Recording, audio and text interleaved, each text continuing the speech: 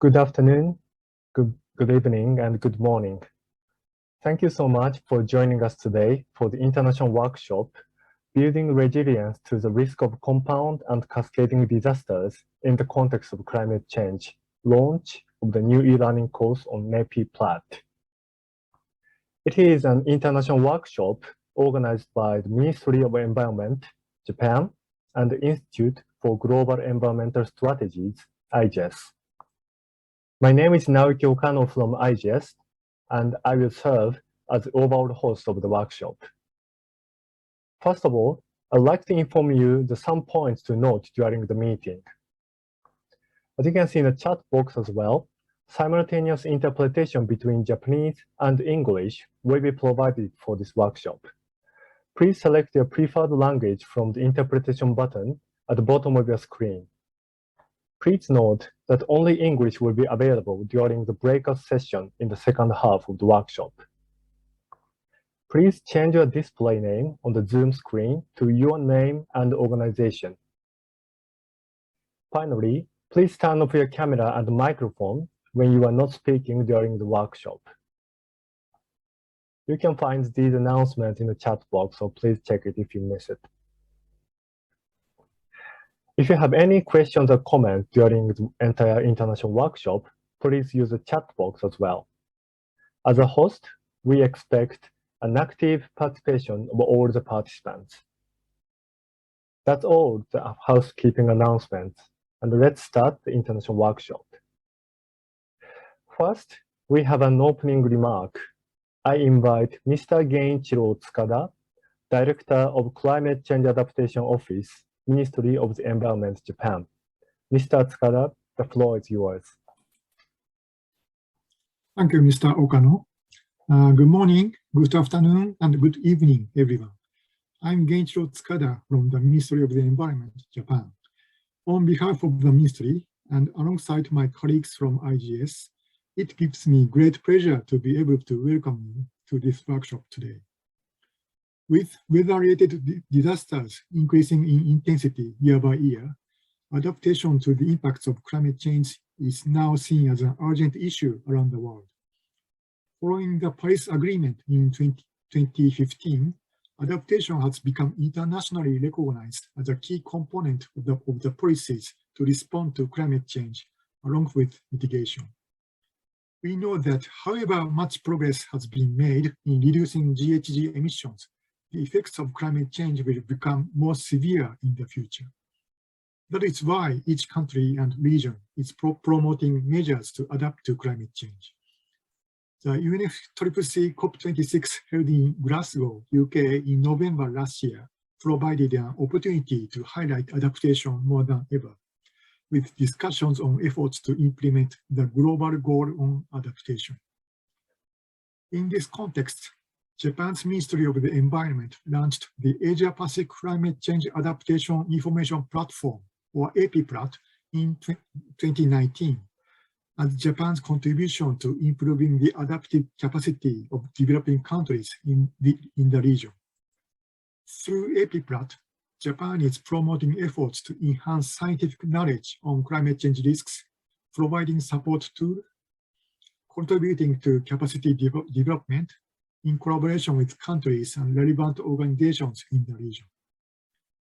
Recently, we are paying particular attention on the possibility of multiple disasters occurring simultaneously, or a chain of effects triggered by a disaster. The ongoing spread of new coronavirus infections has also reminded us of the need to be prepared for complex disasters, where infectious disease and other disasters can occur simultaneously. For example, in July 2020, Japan had to respond to flooding in Kumamoto Prefecture while in the midst of the COVID-19 pandemic. At that time, the people of Kumamoto faced several challenges to their evacuation and recovery due to the implementation of infectious disease control measures. The Sendai framework for DRR also mentions the need to cope with such multiple disasters, and the international discussion on disaster risk reduction led by the UNDRR have focused on this urgent issue. We have organized this workshop in order to deepen our understanding of this type of disaster by framing it in terms of compound and cascading disaster risks. And we very much hope that the discussions will bring some clarity on how we can prepare for such disasters. To that end, we have invited leading speakers from academia, policy sectors, private companies, and non-profit sector who are experts in the fields of climate change adaptation and DRR. This wide range of expertise reflects the need for collaborative efforts by diverse actors to respond to these compound and cascading disaster risks. This workshop will also introduce e-learning materials newly developed by the Ministry of the Environment as part of AP-PLAT's capacity development activities. These e-learning materials address the challenges of compound and cascading disaster risks, especially for developing countries that are more vulnerable to climate change. We strongly hope that this e-learning material will help regions and communities to be better prepared for this type of disaster and better able to cope with and quickly recovery from disasters when they do occur.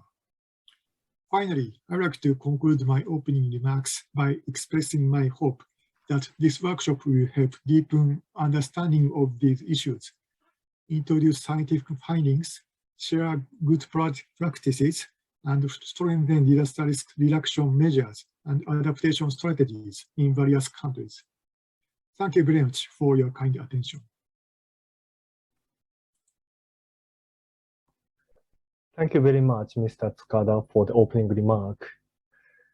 Now let's jump into our first session. The moderator of the first session will be Mr. Osamu Mizuno, Program Director of IGES. Mr. Mizuno, the floor is yours. Thank you, Okano-san.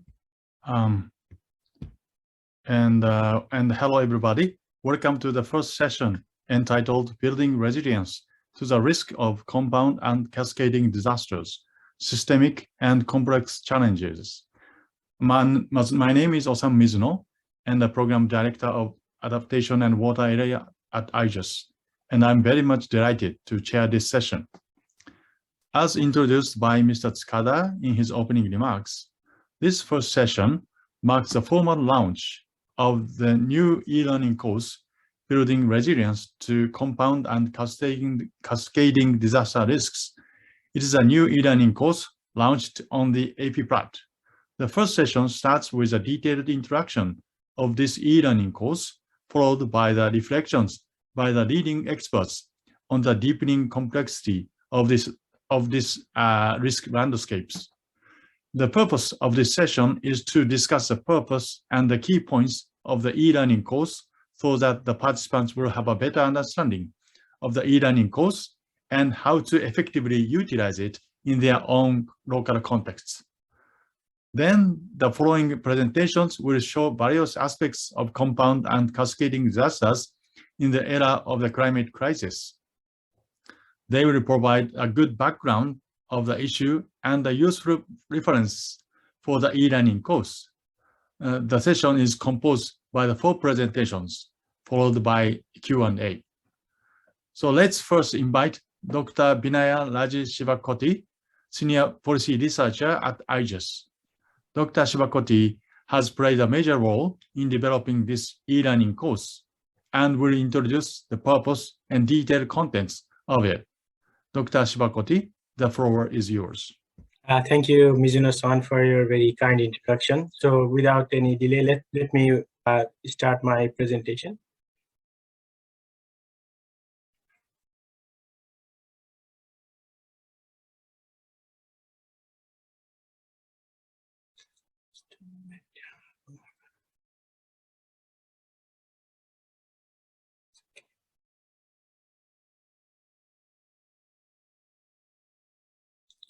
Can you see me? See the presentation? Okay. Good afternoon, good morning, good afternoon, wherever you are from. Thank you very much for joining this international conference where we are going to discuss about this interesting, emerging, important topic of compound and cascading disaster. So let me walk you through this e-learning course about building resilience to compound and cascading disaster risk. So as we are all aware that we are still struggling with this COVID pandemic. However, this COVID pandemic also brought us a new challenge, like it's bringing us a complex scenario for disaster risk management, meaning that while we are dealing with COVID, we are also struck by several disasters. So beyond COVID, also, if we see the climate change impact, it is becoming responsible for extreme hydrometeorological disaster that often involve compound and cascading effect, irrespective of like whether it's a developing country or very highly developed country like Japan or even like Germany, if you remember the recent incidents there. And what we need to understand is that this compound and cascading disaster represents a new normal of changing risk profile that might result in a system-wide impact. That means the biggest question for us is whether governments are really prepared. Government, communities, and individuals are fully aware of these complexities and have access to necessary knowledge and tools. So considering this point, we started to develop this e-learning course, especially focusing on key knowledge gaps. We want to address key knowledge gaps. First is how we enhance understanding about compound and cascading disaster risk. Second is how they differ from normal or recurring disaster that we know, all of us know, and what additional steps that government sectors and communities or individuals need to take differently. Then how we could build resilience against future risks from such disaster. Especially at this point, we think like the community level, which are on the front line of this facing this kind of impact. So how we can start from the bottom up this kind of preparedness. So as a result of that is, this AP-PLAT has this one section called, one of the objective is to promote climate adaptation literacy that aims to promote and extend knowledge of emerging adaptation issue by developing self-paced e-learning video and related materials. So this e-learning video is an attempt to highlight the importance of this important compound and cascading disaster risk, and thereby encourage government and relevant stakeholders to think seriously about it into their disaster management planning. And then what are the, because this topic is relatively new and very complex. So I think we need to think about how we can make it educate for this e-learning. So what we thought is, first, it has to be simple, not very technical, yet incorporate educate details, grasp the concept and what should be done next. And it should not look like an entirely new process, or should not look should be familiar. And that something can be something that should be built on the existing framework. And the most importantly, we want to trigger interest among stakeholders to dig further into the topic. So this course will be kind of precursor. This could be also used as a starting point to organize capacity building for local level planning on compound and cascading disaster. And eventually we envision that we can develop a full-fledged learning tool and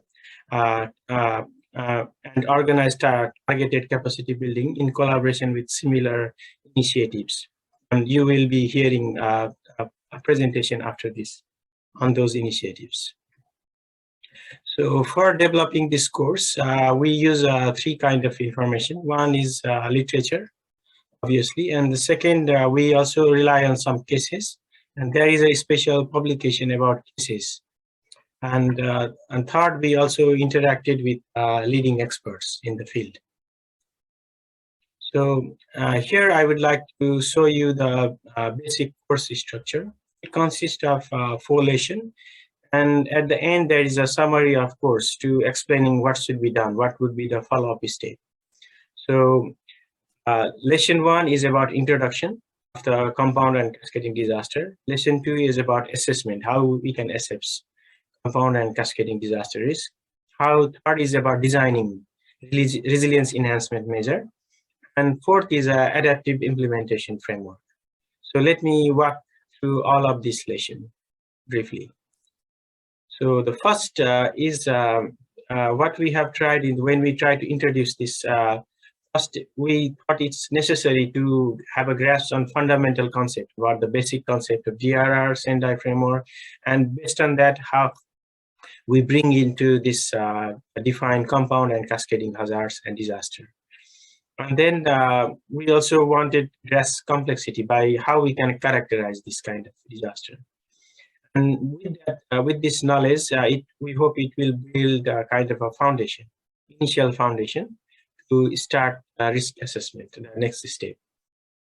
So, and this assessment of compound and cascading disaster risk, it's I think you must be aware about this figure. It's a normal risk assessment figure consisting of hazard, vulnerability, and exposure analysis. We rely on that. In addition to that, we added here the risk scenario development, because there are several kind of combination of hazard, how to prioritize, how to rank, and based on that, develop a kind of risk scenario, and also mapping, like what kind of resources and capacities are there. So this is, I think, can be used building on what is already existing. And third one is how design the resilience enhancement measure.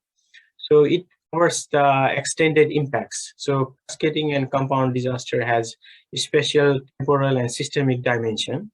So how we can cover this extended impacts on all elements of disaster management cycle, like preparedness, response, and recovery, and also consider all potential combination of hard and soft measure to minimize the loss damage, as well as how to break the chain of impacts, and then build back better or adaptive recovery by considering systemic impacts. And the fourth lesson is about adaptive implementation framework, which we have thought of 3 mutually reinforcing pillars. One is policy, legal, and institutional setup. Second, action plan, and then monitoring and evaluation. So this we stress on a systemic and transformative thinking based on the concept of adaptive governance, a need for multi-level coordination, meaningful participation, and effective decision making, and also importantly, stepwise approach backed by robust monitoring and evaluation for continuous learning and adaptation to uncertainty and surprise, which is really important in terms of like evolving risk scenarios. And after that, we also provide a summary or follow-up step. So what should be once after you after the our audience watch this, how they should conduct. First is use this course, review gaps and identify necessary measures to incorporate compound and cascading disaster risk into local disaster planning. We provide a downloadable video with the script, which can be, I think, used wherever you want to organize, if you want to organize such training. Provide links, and also we have published this case studies, case examples, and there is also we provide a template for conducting exercise while organizing our training session. So these are the basic content of a brief introduction of this e-learning course.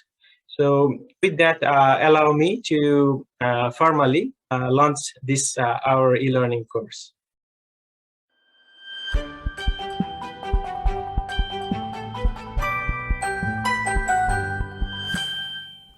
Hi, my name is Emma Fushimi.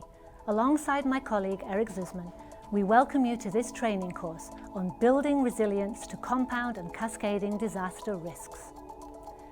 Eric and I will walk you through this course that is based on recent studies, voices from leading experts at local, national, and international levels, as well as lessons from recent disasters, involving compound or cascading hazards.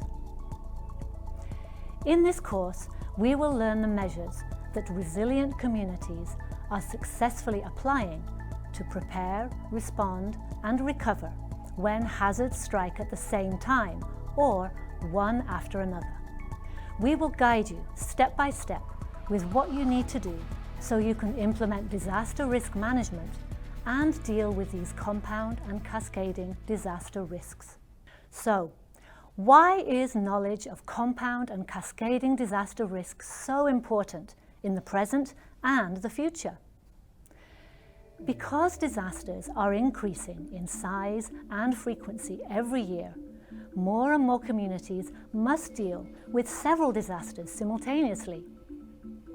These connected disasters can escalate and cause humanitarian crises and widespread disruptions to our interconnected regional and global economies. The COVID-19 pandemic has made it very clear how difficult it is for communities already having trouble responding to this biological disaster to face other disasters simultaneously.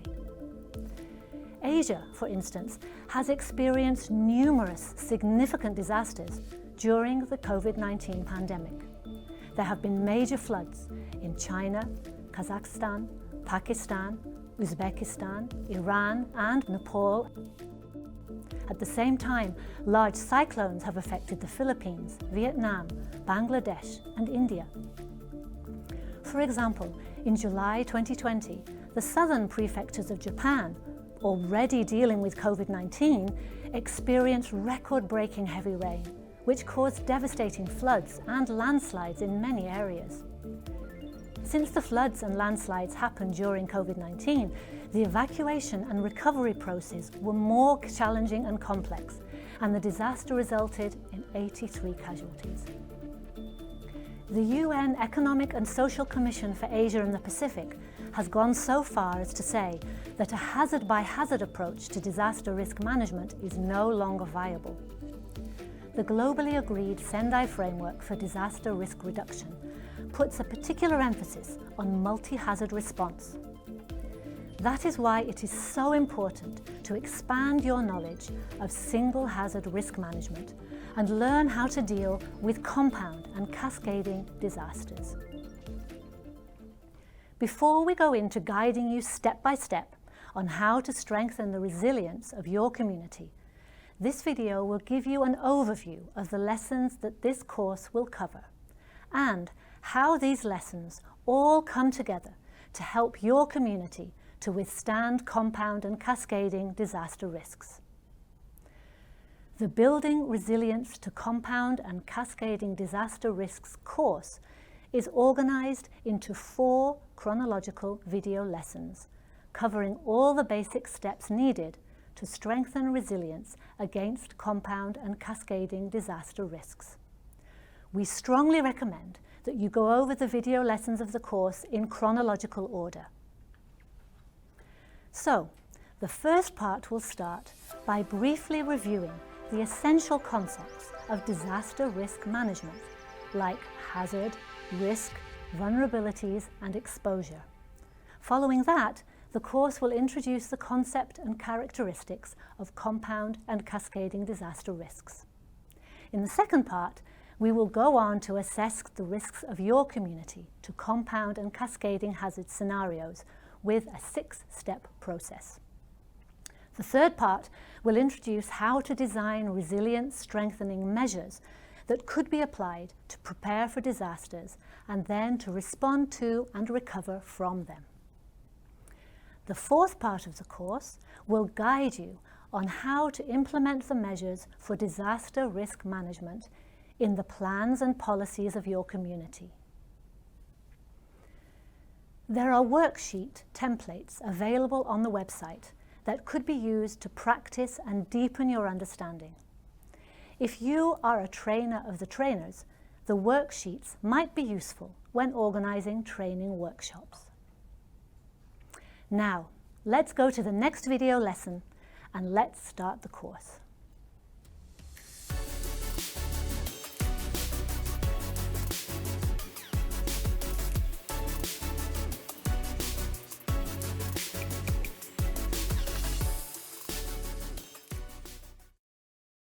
here is the link. I provide you the link of this e-learning course. I hope you can visit and have a quick look while you are attending this conference.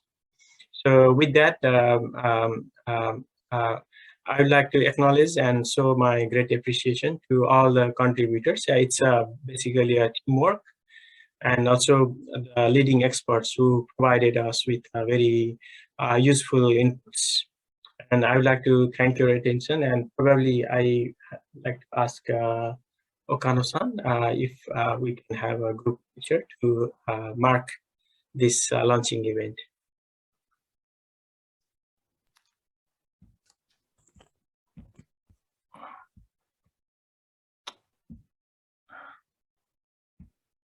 Okay, thank you very much, Dr. Shibakoti, for introducing the e-learning course. So now we have 3 distinguished speakers. They are all leading experts in the field of disaster risk reduction and climate change adaptation, and will show the complexity of the challenges of compound and cascading disaster risks. These insights will be instrumental for you to understand how to use this e-learning course in addressing compound and cascading disaster risks. First, we will invite Professor Akhilesh Surujan for a keynote speech. He's an associate professor and research and theme leader on humanitarian emergency and disaster management studies at Charles Darwin University.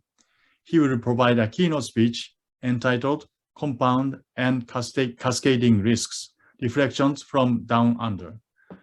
Professor Surujan, the floor is yours. Thank you very much, Dr. Mizuno.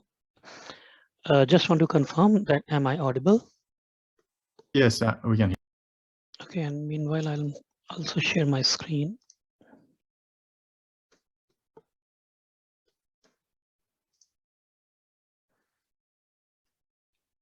Can you see the screen as well?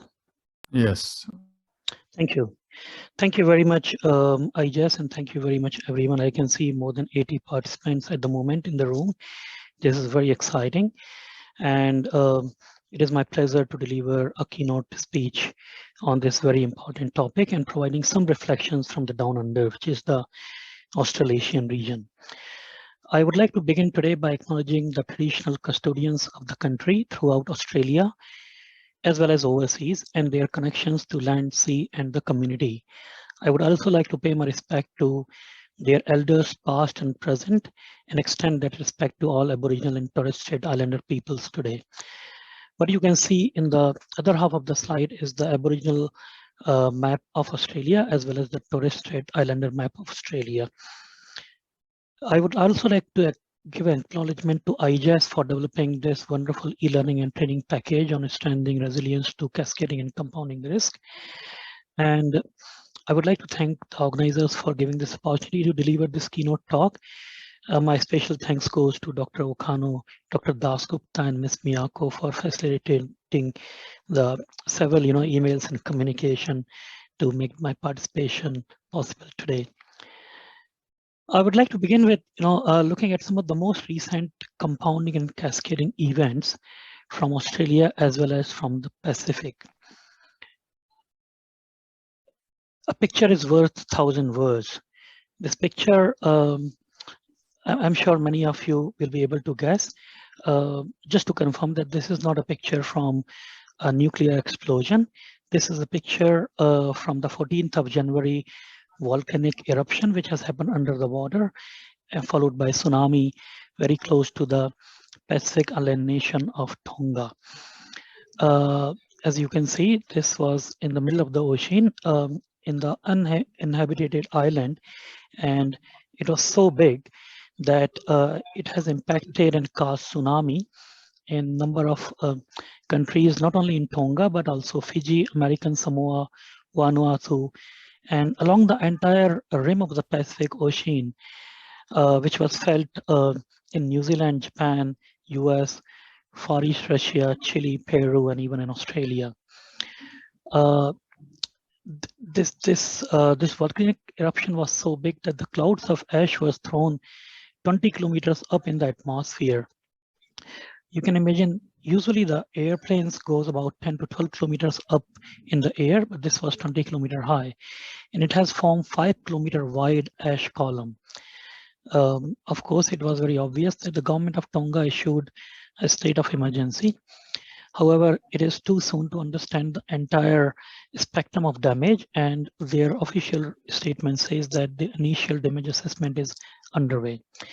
However, the humanitarian partners, including Red Cross from the ground, reported as of yesterday that the entire population of Tonga, which is a little over 100,000 persons as per the 2021 census, entire population is impacted by the ash and the tsunami.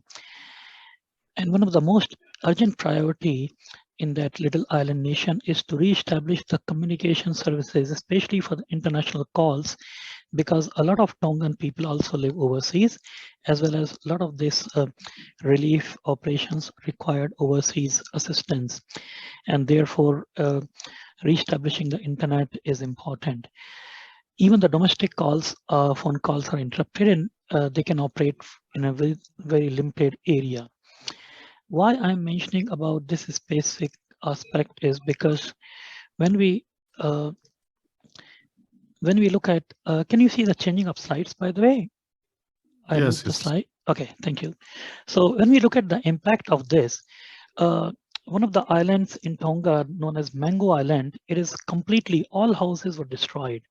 Only 2 houses remain in other 2 islands, and they experienced extensive damage. And government is trying to evacuate all the people from these islands, and the process is, I guess, underway. As you can imagine, managing the evacuation and operationalizing effective relief operation could be very challenging for the local stakeholders, including the government and response agencies, because each and every person on this nation is impacted. And especially drinking water supply is very severely impacted because of the ash, but also the power supply, fuel supply, communication system, they all are seriously impacted. And that all is happening when the world is also trying to cope with and get some freedom from COVID-19, severe impacts of COVID-19. Being a very small island nation, major international support is crucial, and it is expected to arrive very soon. But this international support means more international travel and international relief workers, which is very likely to bring threat of COVID-19 back to the communities. And it may add another layer of complexity to the already devastating situation. While this is the latest story from Tonga, I would like to bring your attention to now to the Australian context. The analysis of the past 50 years data in Australia, published at the Bureau of Meteorology, it shows that Australia experiences between 9 to 11 tropical cyclones every year on an average. And about 3 cyclones make a landfall in Australia. The top end of Australia, where I am based, it experiences between 2 to 3 tropical cyclones per season. And it has experienced some of the most devastating cyclones in the past. One of the devastating cyclone was Cyclone Tracy of 1974, when the entire city was pretty much devastated and all the population has to be airlifted and evacuated. And while we are familiar with the cyclones in Australia and also in the top end, COVID-19 is relatively a new phenomena to the top end of Australia. I'll tell you why in a moment. But before that, let me quickly go through where the top end of Australia is. You can see the location with the dark color. And top end of Australia is known for the Aboriginal cultural experiences. For the crocodiles, we have the world's largest wild crocodile population, and also the Aboriginal community. Aboriginal community also faces a lot of inequality, including short life expectancy, higher rates of infant mortality, poor health outcomes, lower levels of education and employment. And also burden of disease is much higher, many times higher than the non-Indigenous Australians. So top end of Australia hasn't witnessed COVID for the last several months, actually 20 months from March 2020. The first case was recorded in November 2021. And it led to lockdown, but since then there's no turning back. and there are very few deaths, but the spread is very fast. And now since 5th of January, every day we are reporting more than 500 positive cases on a daily basis, especially in the remote and regional communities. And we have to understand this chronology of the event, because this unfortunate coincidence of a spread of COVID-19 in the top end of Australia is also a period of the 6 months from November to April, which is an active cyclone season.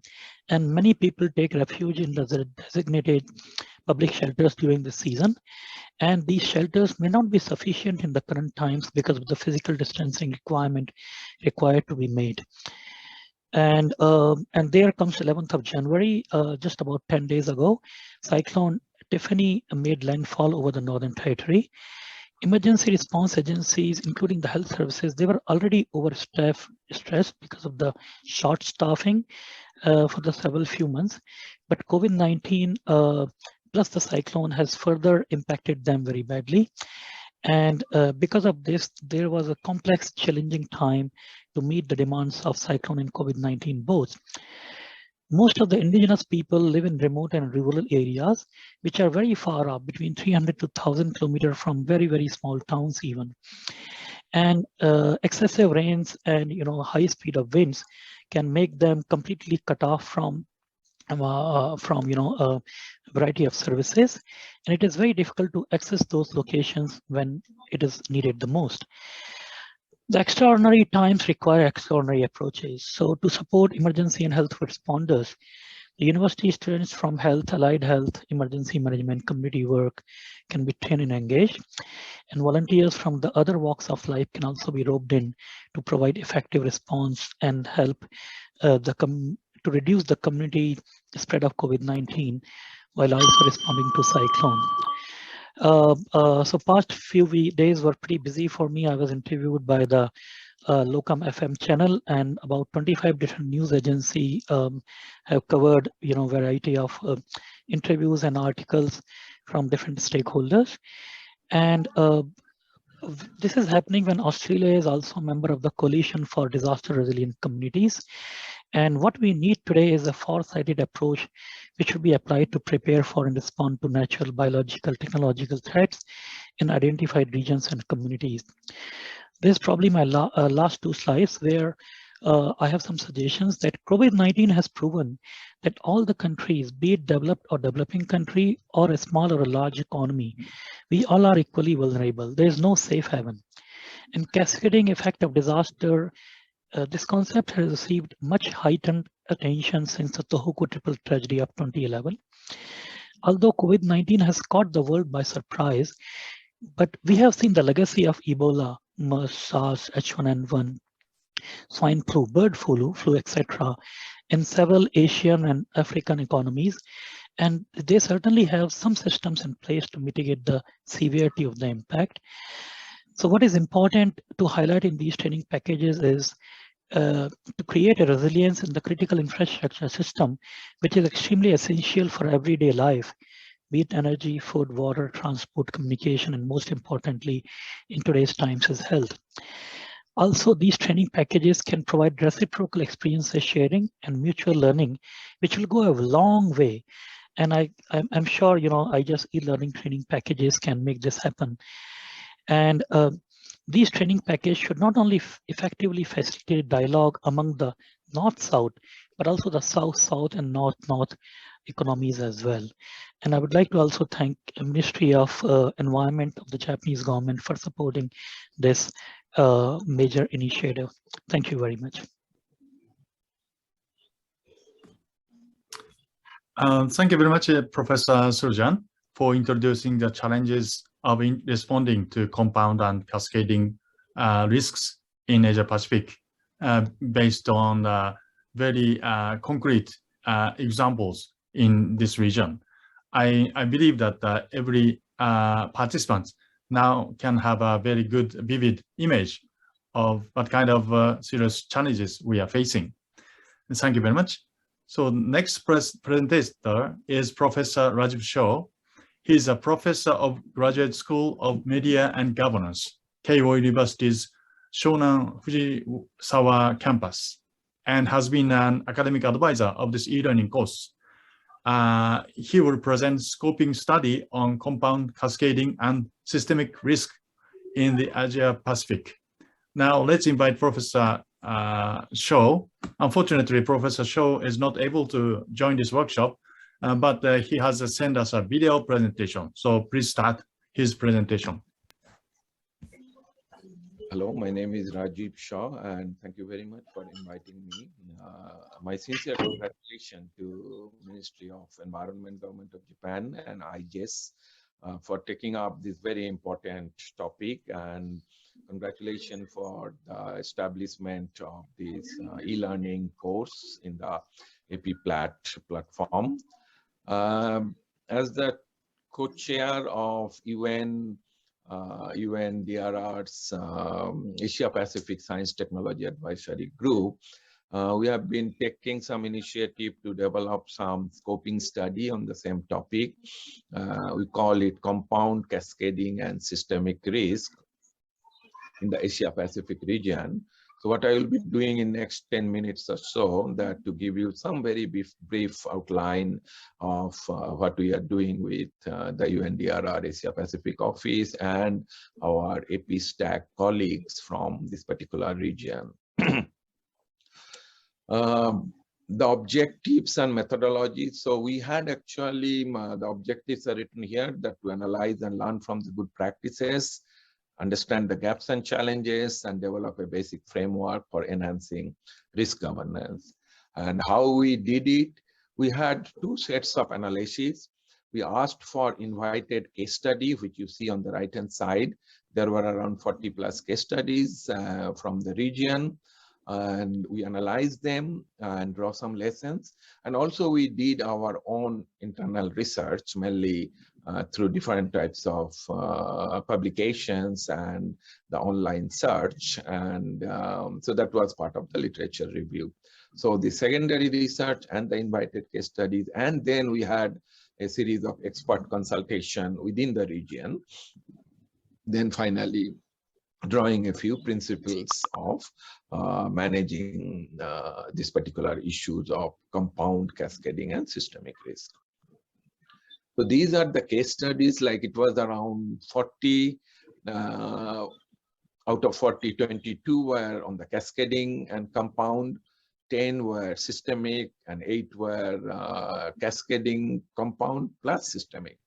And there are these hazards like starting from cyclone or typhoon, flood, landslide, drought, forest fire, locust attack during COVID-19, which was in Pakistan, northern part of India, and also rainfall-induced flood, landslides, and so on.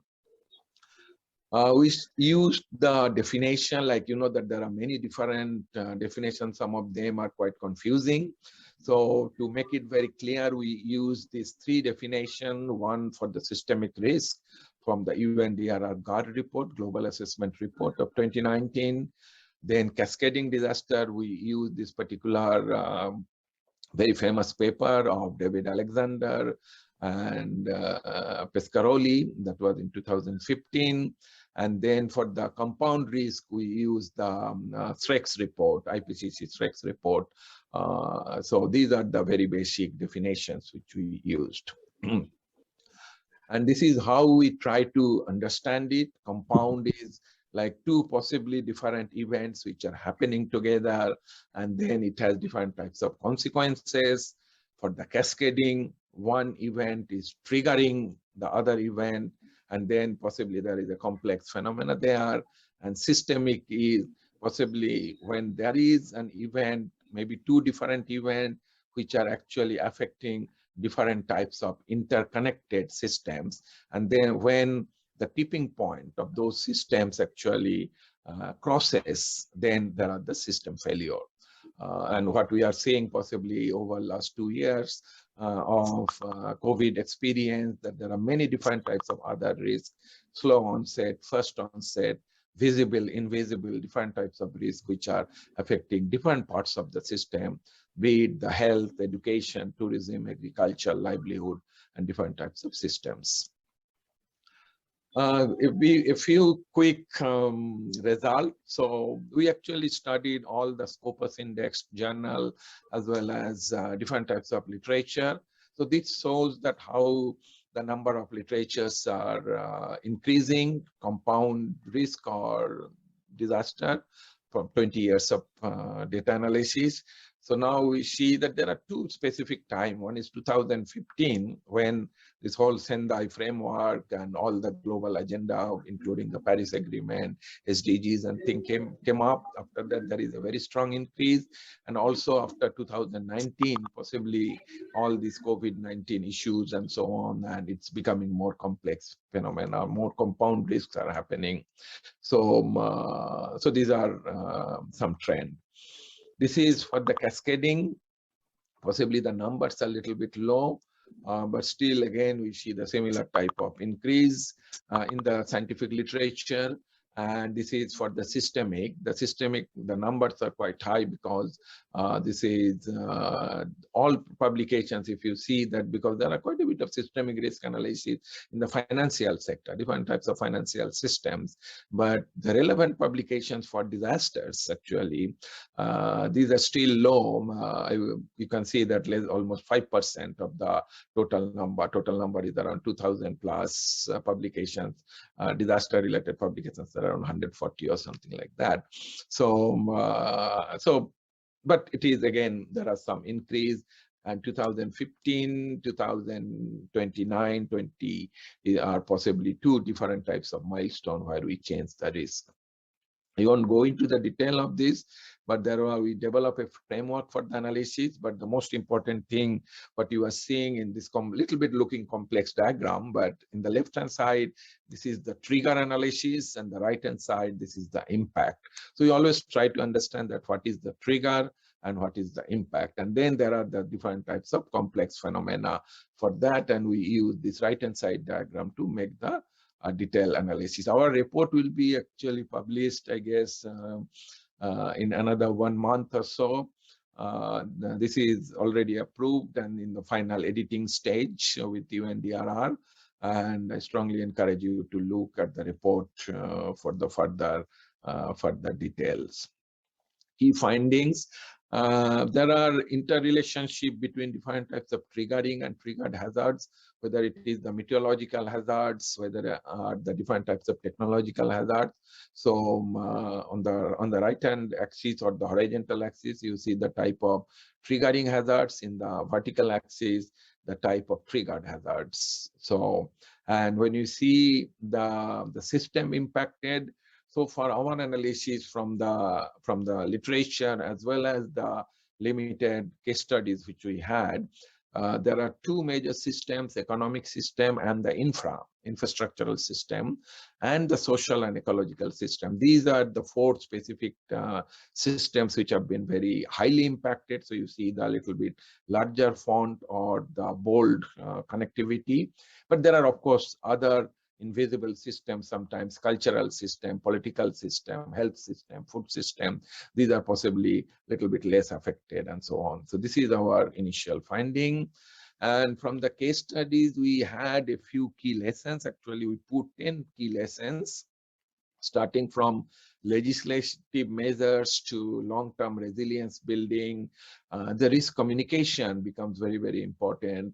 Then the different types of adaptive strategies, the involvement of different stakeholders, especially youth volunteers, young professionals, how we actually upgrade different types of DRR policies and practices.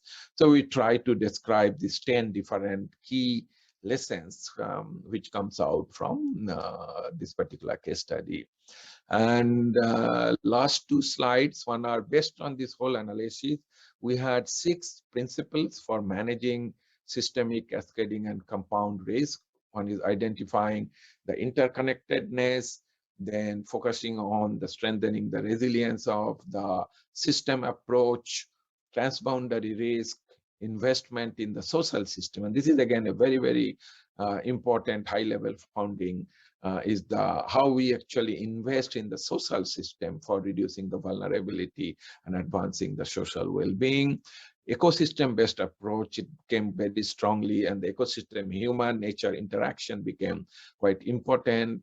And incentive, the different types of innovative risk-informed planning process. So these are the 6 principles. And then what we did is we developed this particular framework, what we call the framework for strengthening risk governance. And this particular framework, we try to do it in 4 priority in the Sendai. So what you see in this 4 part, upper one is the part 1, priority 1, priority 2, 3, and 4. And then this particular circle, this circle are the local, national, and regional. And then based on that, so with the 4 priority and these 3 different contexts of local, national, and regional, we have put different types of actions. And some are related to the technical issue, some are related to the awareness issue, some are related to the communication issue. So those like the 4th thing which you are seeing there on the top related to the understanding risk. Then on the right-hand side, like the policy planning or the institutional issue, these are related to the more governance. Then investment, we have the funding, innovation, nature-based solution, and the build back better, we have the capacity building, then community-based DRM, and the emergency facilities. And in between, you see there are different numbers like the L1, L2, L3. So those are the local action. Then N1, N2, N3, those are the national action. And then R1, R2, R3, those are the regional action. So this is how this whole series of actions which are distributed, and in total around 50 plus specific actions which we suggested for addressing the risk governance in the disaster, to address this cascading, systemic, and compound risk. I think with that limited time, I can say this much. And once again, thank you very much for this opportunity. And I hope that this particular information was useful. Thank you. Thank you very much. Hi, thank you very much, Professor Shaw. I think it's a very nice overview of the state of play to address the serious challenges we are facing now. So now let's invite our final speaker at this first session, Ms. Jenti Kirschwood. She is the head of the Global Risk Management and Reporting at United Nations Office for Disaster Risk Reduction, or UNDRR. She will provide us an overview of international policy developments on this issue. The title of her talk is International Policy Developments in Response to Compound and Cascading Risks, a focus on systemic risks in UNDRR. Ms. Kirschwood, over to you. Thank you very, very much. And it's a huge pleasure to be here today. I hope that colleagues can see my screen. Yes, we can see. Perfect. So I'd like very much to start by thanking the organizers. It's a real pleasure to be here, and I really congratulate you on the successful completion of this really landmark training material. I think it's a really fantastic contribution. Sorry to intervene, but it looks like it's not a presentation mode. It's okay. Let me try this again.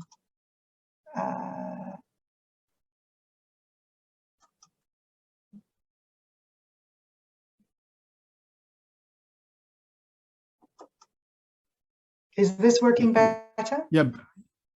Okay. I mean, you can click the button. I'm happy to click the slides, no problem. So many, many thanks to the organizers for this, and congratulations on the successful completion of this really important training package. And I hope that this is able to engender and deepen some of our work in trying to understand how to accelerate action on risk reduction, particularly at this time where the climate crisis is accelerating the need for resilience building in real time, and where we face even more complex and systemic risks that are impacting across the world in both developed and developing countries. Essentially, I want to start with the premise that risk is increasing and that global systems are currently not sustainable. What you see on this chart is the correlation between poverty alleviation, which is fantastic to see that that's going down, but at the same time, as poverty alleviation is going down, consumption is going up, and if you like, our risk and our use of the global resources is not sustainable. And this means that our ability to create new risk is increasing, as if you like, poverty is decreasing. At the same time, you can see that the trends are clear. Disaster incidence is both going up and that there is an increasing number of disasters, but also that the losses from those disasters are increasing. And at the same time, biodiversity and some of the resilience building measures that we've had in our global system prior are decreasing as climate change accelerates. So it's clear that doing more of the same is not going to solve this growing risk challenge. And if we dig a little bit into why this may be the case, and I'm glad to say that this is one of the central topics for the upcoming GAR report that we'll be launching in the middle of this year, that issue of cascading and systemic risk is central to the debate. Essentially, as long as risk in an increasingly global and connected world is interconnected, is cascading, is impacting each other, risk needs to be managed in a new way. It's clear that things like multiple breadbasket failure cannot be managed by a sectoral, myopic approach of only thinking of one sector at a time. We've got to be looking at some of those impact webs. We've got to be looking at some of those interrelationships that other people already mentioned so well in previous presentations. And essentially also, we've got to be looking at those systemic and cascading impacts across sectors, well beyond the disaster risk management field. Because one of the characteristics of systemic risk is that it's going to impact from, for example, the natural world into the economic world, into social world, and that you have essentially building up of risk, but that when those cascading impacts begin to happen, they can quite rapidly escalate, cascade across sectors, and actually risk the failure of whole systems. And of course, we see this very much in a cascading risk such as COVID, where what was essentially a small virus in a small part of China has become a global series of cascading impacts that have impacted countries' economies and social well-being long before they even registered their first case of this particular disease. And so essentially, in order to redress that risk balance, we need to move from this idea that we can manage disasters as single events within a particular disaster management field to actually a different approach to thinking about risk. And that, I think, is very well demonstrated in the training package, where we need to get better about thinking about issues like prevention, thinking about resilience building, but also thinking about how to manage issues like uncertainty. Because it's very clear that despite all of the advances in modeling technology, we will never be able to really predict the future in the way that we would like. And there will not be a perfect model that can genuinely address systemic risk. And doing so, therefore, means that we need to make sure that our systems are designed to be able to pivot and be more agile in the case of uncertainty. And so some of the key policy developments that I see from our side within UNDRR to address this growing cascading and systemic risk issue are about new types of collaboration. It's about leveraging the scientific community, about leveraging the technological advances in areas like modeling. It's about combining, for example, knowledge from the financial sector, which actually has done quite a lot of cascading risk modeling work in the aftermath of the 2008 financial crisis and seeing, can we apply that to development? Can we apply that to risk reduction? And so there's some very interesting collaborations there between science, technology, and modeling that are looking both to understand resilience better, but also beginning to work over generations. It's also clear that one of the key policy developments is this recognition of the nexus between people, planet, and prosperity. And that if we don't act simultaneously to address each of those issues, we will not achieve sustainable development, and we won't be able to actually achieve genuine progress and sustainable progress in any of them. And then the third area is really about the innovations in governments to work across silos and design for, to design with and not for affected people.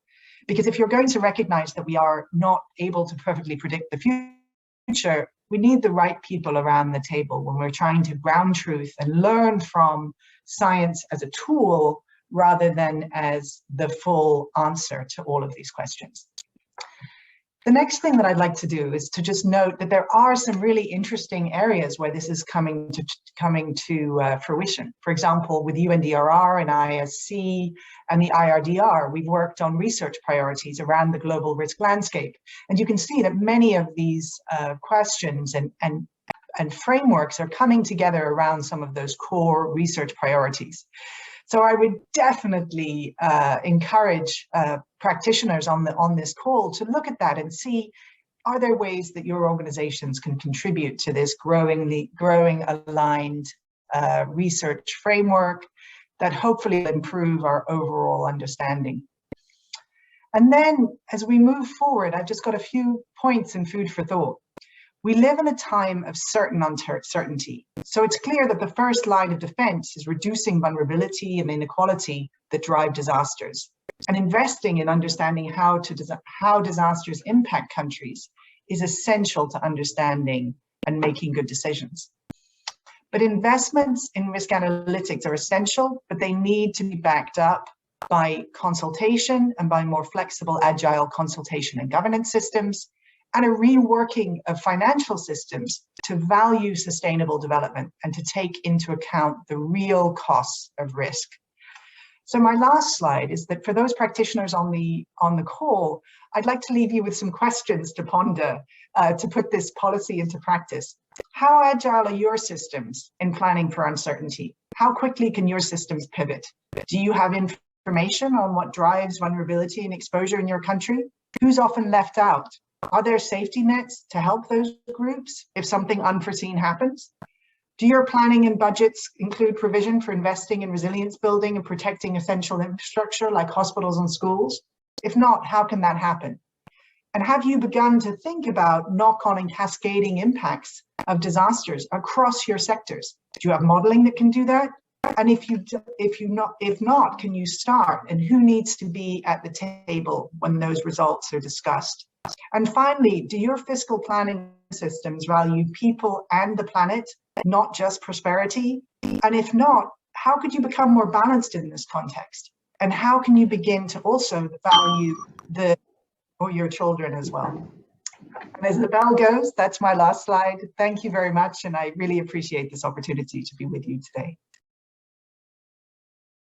Thank you very much. Thank you very much, Ms. Criswood, for your nice talk and a very punctual concluding your presentation. It has provided a wonderful overview of the international policy developments on compound and cascading disaster risks. Now, we conclude our list of set of presentations, and now we will move on to the Q&A session. And we have just 5 minutes left, so maybe I can pick 2 questions to ask that all the presenters to answer. So the first question I want to ask to everybody is that what is the most important point to know or understand when preparing for compound and cascading disaster risks? So in essence, what's the priority to understand? So I want to ask that the presenters in the order of presentation to answer to this question just in 1 minute or so. So from Dr. Shibakoti, please give your answers to that question. Thank you. Thank you, Mizuno-san. Just to be brief, I think most important thing for me is like understanding about this the phenomena itself, because a lot of, especially if we go at the local level, there is almost none this kind of information, in particular about this risk aspect. There are information about hazard, but this compound and cascading risk, there's almost, I would say, none such kind of prioritization. So I would say understanding this kind of compound and cascading disaster, starting to understand is very much important. Yeah, thank you very much. Okay, thank you very much. So next, Professor Suruja, please give your answers. I wish the answer to this question could be as simple, but in the limited amount of time, I would say that we need multi-stakeholder partnership, a multi-sectoral approach across scales, geographies, and regions. While saying so, I'm aware that this is not easy to achieve. And towards this, I would like to again re-emphasize, which I already mentioned in my presentation, that we need to get rid of probably, one of the psych that it is only the developed world which can teach a lot of knowledge and awareness about cascading and complexes to the developing countries, because the COVID-19 specifically has shown that there's a lot of mutual learning which can be made possible. And I'm very sure e-learning platforms such as developed by IGES could be a valuable tool to facilitate that mutual learning. Thank you. Okay, good points. Thank you. And Ms. Kirschwood, please give your response. I fully endorse the points raised before. So perhaps just to add one point, I think also thinking about that element of uncertainty and about how you would pivot in the case of unforeseen events. Are your systems able to take that into account? Thank you. Okay, that's very good. So maybe we still have some time, so let's move on to the next question.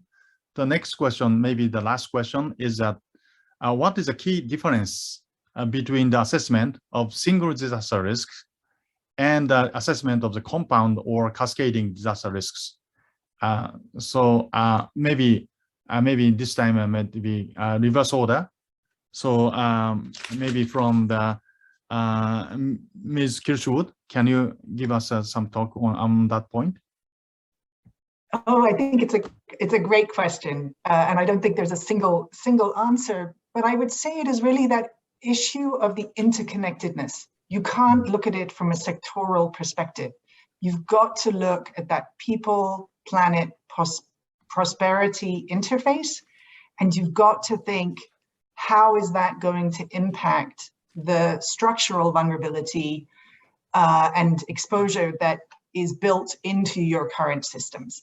So you've got to take that holistic perspective, otherwise you will not be effective. Thank you. Next, Professor Surujan, please. Hi again. I would like to probably echo what Jenti has just said, that we need to, I guess, develop the capacity among the relevant stakeholders to connect the dots and look at the bigger picture. And while doing so, we must also not forget that there is a great amount of developmental deficit which already sits in the core of our regions and which multiplies the vulnerability. And for example, whether there is a COVID or not, essential health services, safe access to the potable drinking water, a reasonable quality of housing. This is, I guess, the basic right of every citizen who is living on the earth. And irrespective of whichever part of the geography we live in, we should make concerted approach to provide this holistically without any judgment. And I was running the other talk some other day, and I was told that 80% of the disaster and climate risk can be taken care if we address these basic aspects effectively. I don't know where this 80% comes from, but I must say that I'm pretty much convinced by that argument. Thank you. Okay, thank you. So, Vinay-san, please. Thank you, Business-san. For me, I just recall one of the incidents we have, I think this in Myanmar, when we were doing this kind of risk assessment. And one thing we were doing particularly for one single event flood, but suddenly the issue came that for the community, it doesn't matter one.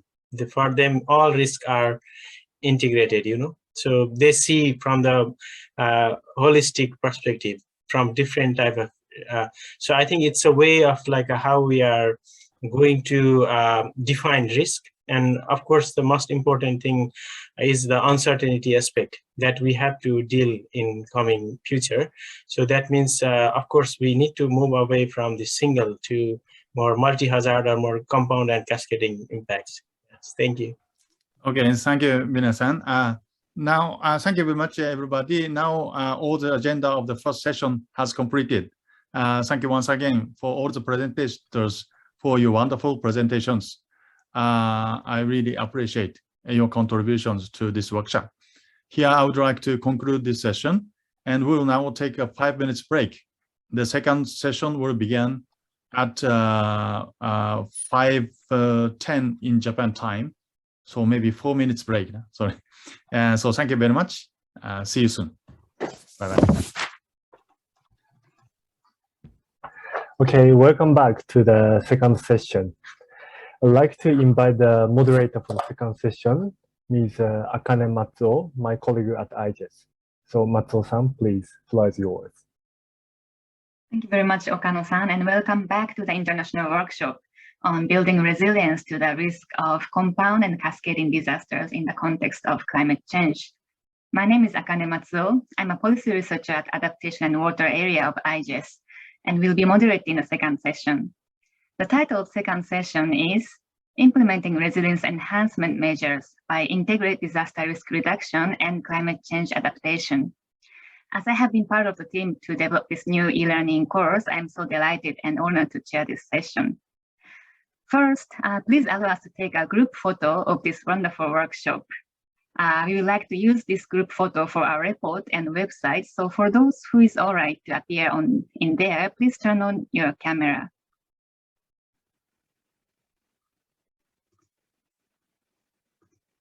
All right. Thank you very much.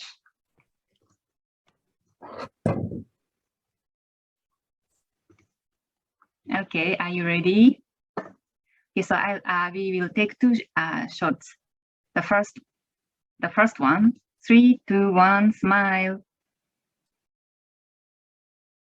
Okay, thank you. Then I'm going to the second round. Okay, 3, 2, 1, smile. Okay, thank you very much. IGES Secretariat team, is everything okay? Could you take the photo? Okay, thank you very much.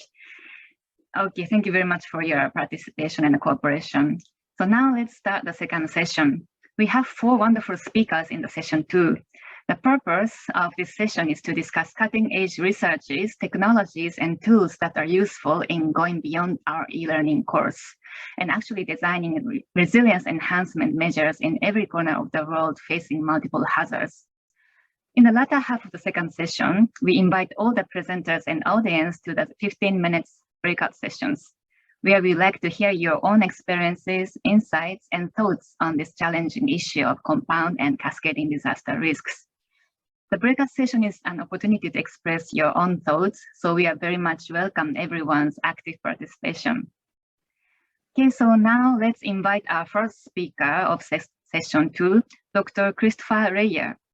Dr. Reyer is a project lead of EU research project Cascades, and going to share with us the early insights from this very important research project. Dr. Reyer, the floor is yours. Yes, thanks a lot. And I'm really excited already. The first session was very, very interesting.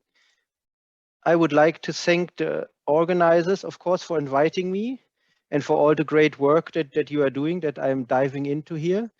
I hope you can see my screen, and I will now give you some brief insights on our first results from this Cascades project. It's running for 2 years, and we have another 1.5 years to go.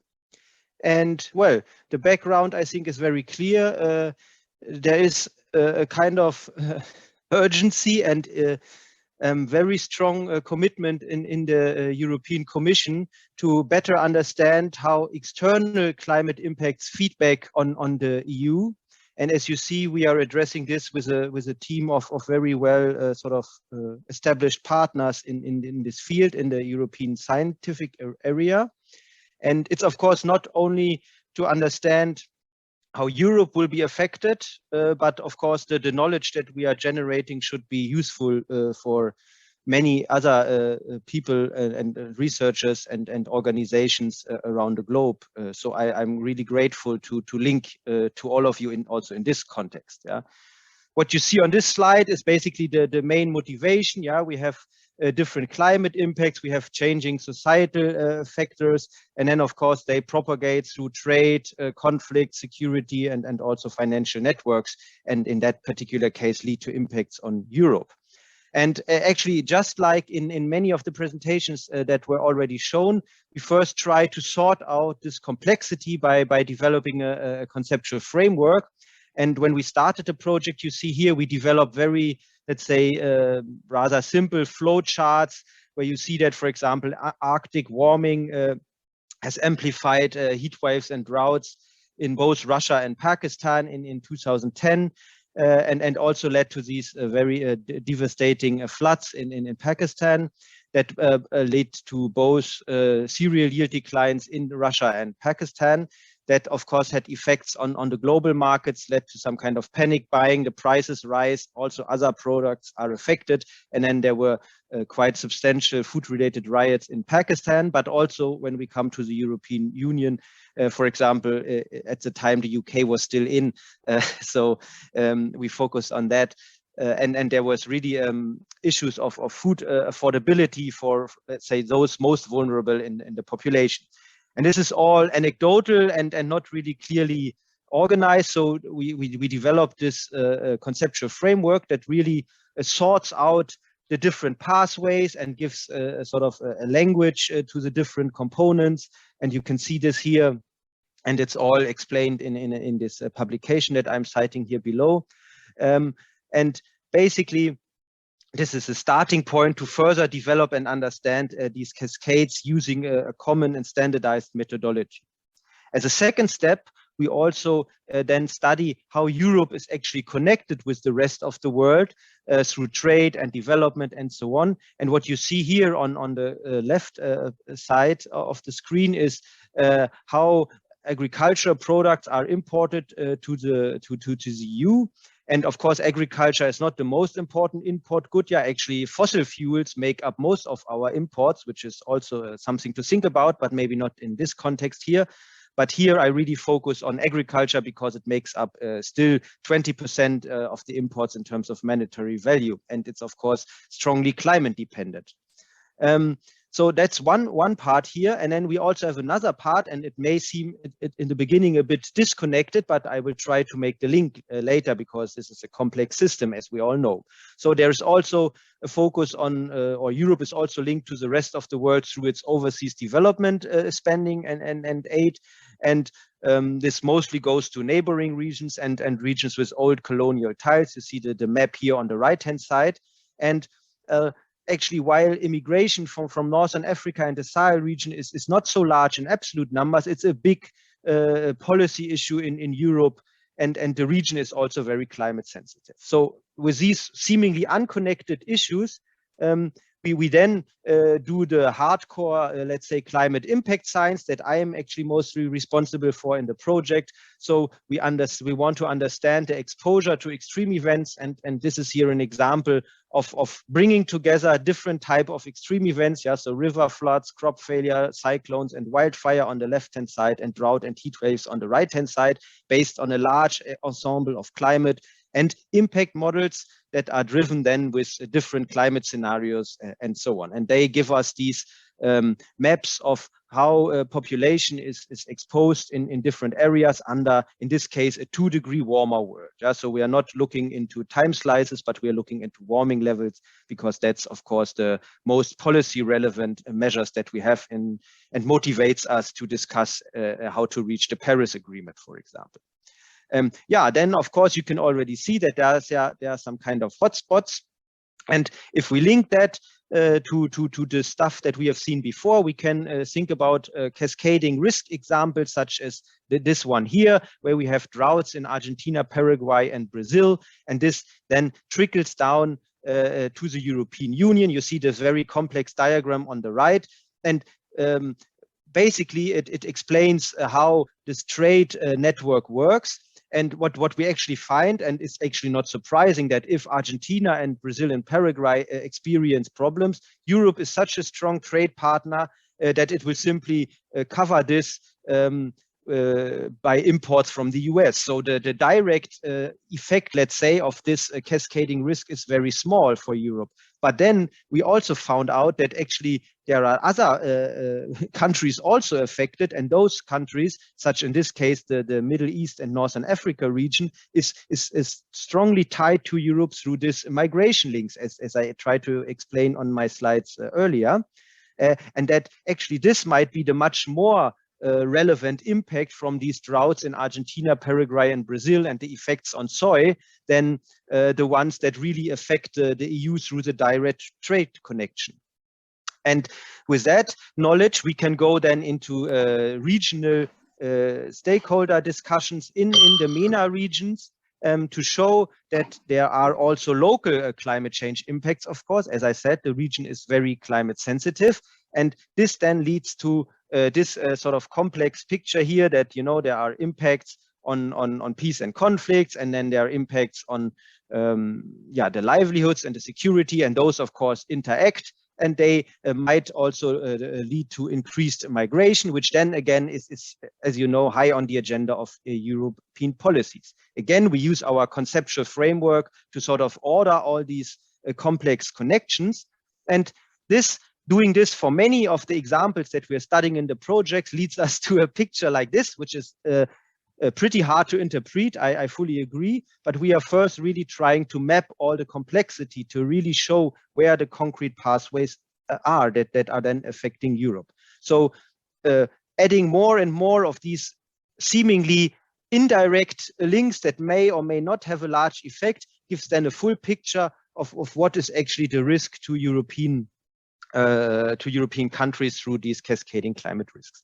And then we take all this knowledge into an online simulation platform where we actually can discuss with stakeholders in different rooms. It's like a conference center, but in COVID times, where you join online, you get then chats and emails from your colleagues. And this is, of course, in a kind of role play setting. So people take roles, and then they can learn about these cascading impacts. They can see what they would be negotiating if they were decision makers, or they can take the role of their institution. There can be closed and open meetings and so on. So it's a really international sort of dynamic ongoing there, just like in a real conference, of course.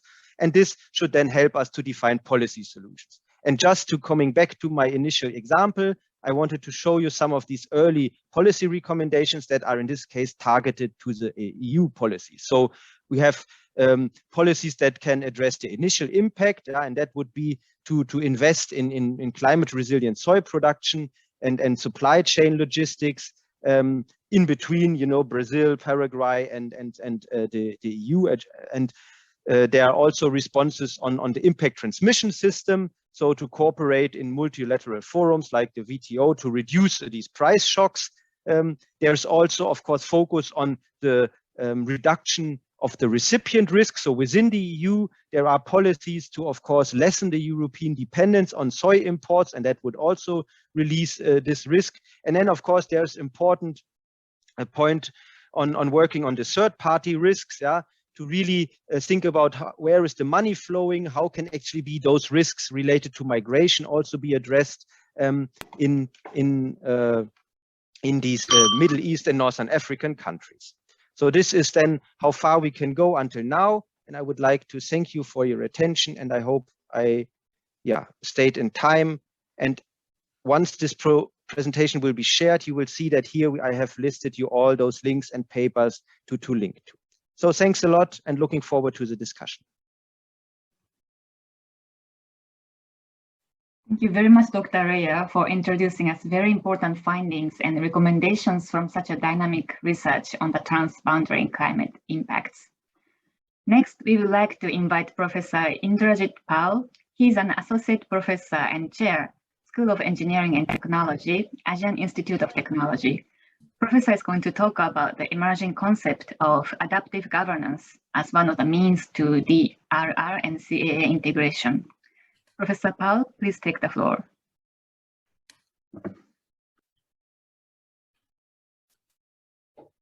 Thank you so much. Thank you so much, Akindo Sensei.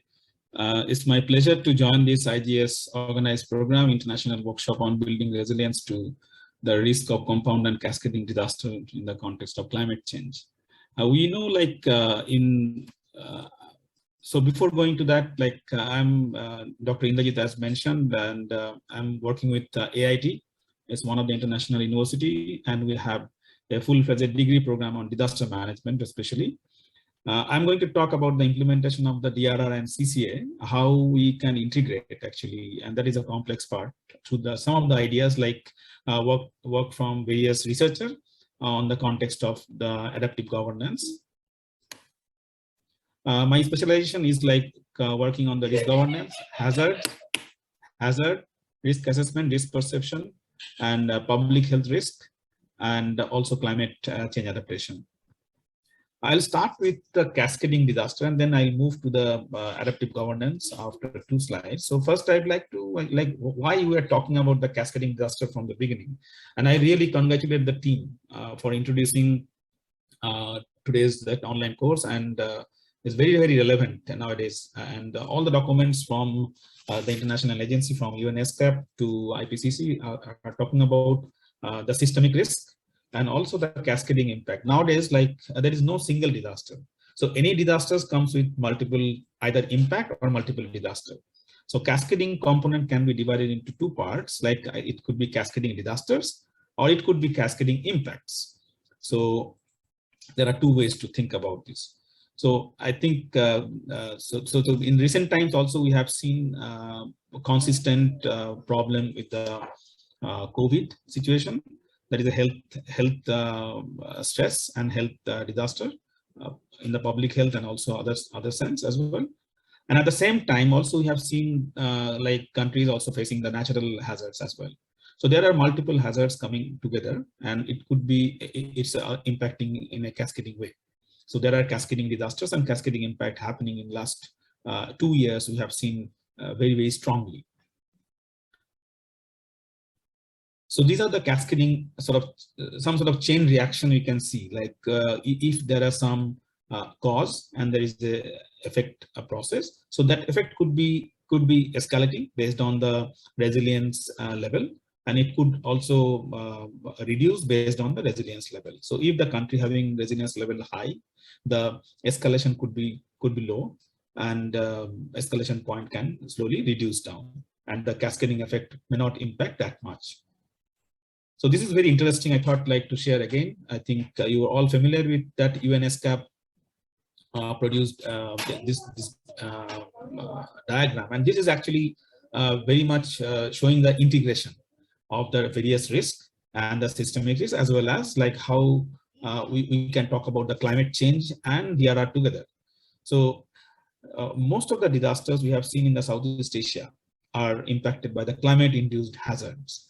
And so the climate change is also one of the reasonable and important factors to consider for the DRR. So Sendai framework, all the 4 priorities are not directly talking about the climate change, but I think climate change issues also can be embedded into at least 2 or 3 priorities directly. So we need to look into how we can integrate in the policy, because there are something we are talking about in the country level when we are implementing the policy, like the adaptation of the climate and mitigation for the disaster risk. I think the activities on ground sometimes are similar. So there are 2 groups working for the same cause, So better to sort of integrate and work together to do work for the same type of activities. So that's why actually integration is very much required at this stage.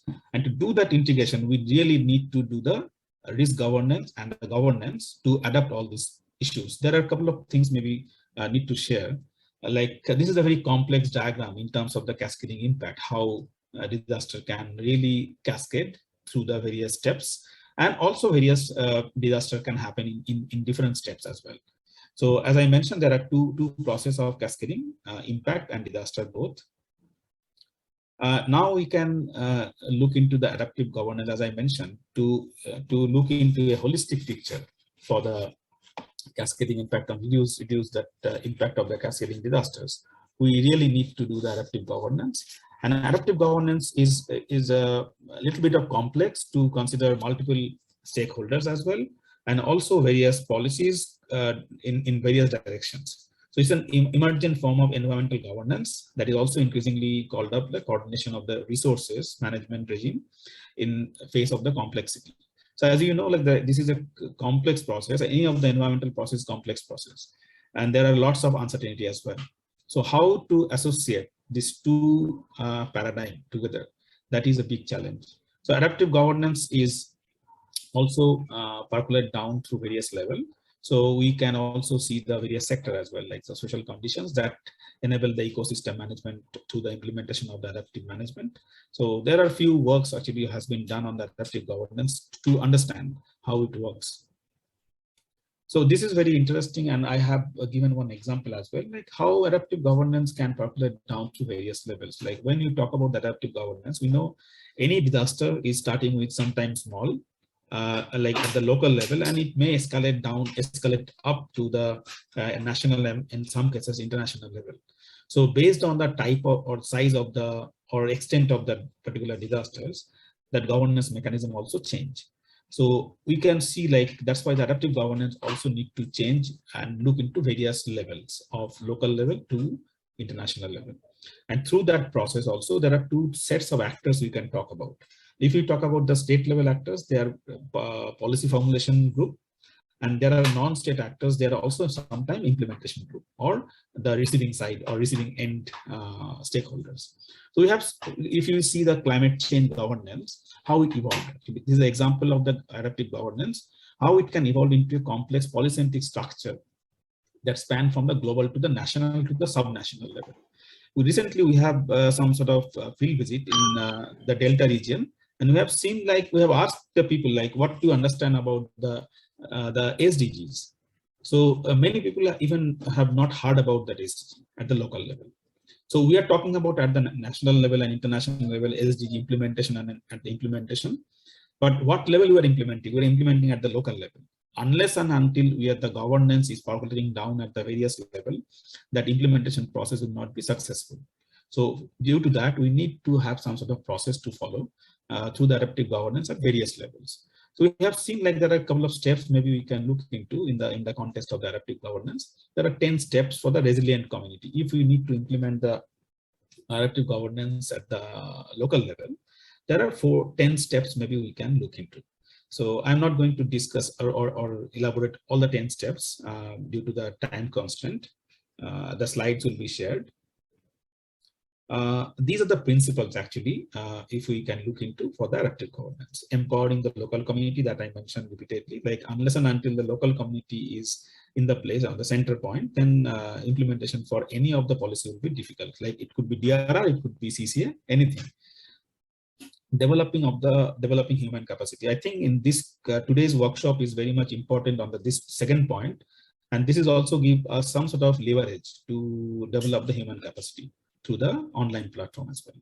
And encouraging the grassroots participation and the stakeholder dialogue, all these things actually lead to the adaptive governance. And these are the few principles if you follow. This is also very interesting one published by Rianti and others. So this talk about the resilience, which is the context of like polycentric and multi-layer institution, participation of the collaboration, and self-organization and networking. and learning and innovation. So these four interlinked component actually define the resilience for a particular location, for a particular disasters. This is very interesting one to understand very simply about the DRR and CCA. Like these are the common concerns, as I mentioned. In some cases, we are talking about the mitigation for the DRR, and the similar thing can be talked about the climate change adaptation activities. So there are some common concerns we can really look into, and the hazards also coming up at the same way. Like the climate-induced hazards can be looked into, combining these two contexts together. And these are the basic features of the climate and disaster resilient adaptive governance. I think some of the things already sort of considered by some of the other speakers, as well as this particular workshop in the meeting today. And this is my last slide, how we can integrate the DRR and CCA through the adaptive governance. There are three-step approach we can look into. First one, the integrating, this is my last slide, integrating the multiple actors from the global level to the local level, integrating multiple government level to from the global level to the national and subnational level, and integrating the scale of the concern that is talked about the stakeholders. So with that, I'd like to conclude. Thank you so much. Thank you very much, Professor Powell, for your detailed and illustrative explanation of adaptive governance, which is one of the most essential concepts of the management of compound and cascading disaster risks. Thank you very much. Thank you. So the next two presenters will be from private sectors in Japan. The speakers will provide us useful technologies and services for enhancing resilience. The first presenter from the private sector is Mr. Shinichi Tateno. He is section leader, public-private partnership, data strategy and corporate development initiative, sustainability committee from Weather News Incorporated. His talk is entitled Weather and Climate Service with Cutting-Edge Technologies for Climate Change and Disaster Risk Reduction. Mr. Tateno, over to you. Thank you. I'm Tateno from Weather News Inc. and in charge of corporate development and public-private partnership. And I would like to share some information about the private sector and climate change and disaster risk reduction. Let me start my slide. Is it? Oh, not yet. Okay. Here you go. Okay, so firstly, I would like to introduce the company in brief and the background of climate change and some services for climate change mitigation, and mainly explain about the climate change adaptation. So origin of weather news, it's from disaster. There is the low pressure system hit at the Onahama port, and there are several deaths occurred in 1970. So founder Mr. Ishibashi decided to develop the weather information service in Japan, and he founded the Weather News Inc. in 1986. So I would like to skip this part in short, but we have about 1,100 staff and 32 offices in 21 countries in worldwide. This is our market. I also like to cover what the private sector do in Japan, but this is a kind of global market. We have a market in sea, maritime area, also the land area, environmental area, also the aviation, the sky, and media, mobile and the internet, and also the broadcasting. And also we are supporting the sports event also. So this is a public-private engagement in Japan. JMA, Japan Meteorological Agency, is basically doing the public weather service, not not like their personal information, but their it's the official public weather service. And what we do as a private sector is more customized for customers. Also the personal in-person service. And we have the own forecast model, and we have the media to distribute the information. And we also have the original observation network, as well as JMA has. And this is a background about the climate change. This is a study from the CRED and the UNISDR. And this figure shows that most of the major disaster is the flood and storms, which is the phenomena of weather and the climate. So we're saying the climate change and disaster, natural disaster, but most of them are based on the meteorological phenomena. So this is what we do for climate change. So shortly, I would like to introduce the climate change mitigation. The maritime service is the main business of ours, and we are providing the optimum ship routing service, which optimize the ship route and reduce the waste of the fuels or CO2 exhaust. So this is one of the key services of our climate change mitigation. Also, the energy sector, we optimize the generation from the power companies. So we provide the power supply and demand planning support. And also one of the topic is the food waste. So we provide the supply demand forecast for supply and a retail market, and we reduce the food waste as well. And the main part should be the climate change adaptation, which should be the mainly saying the disaster mitigation.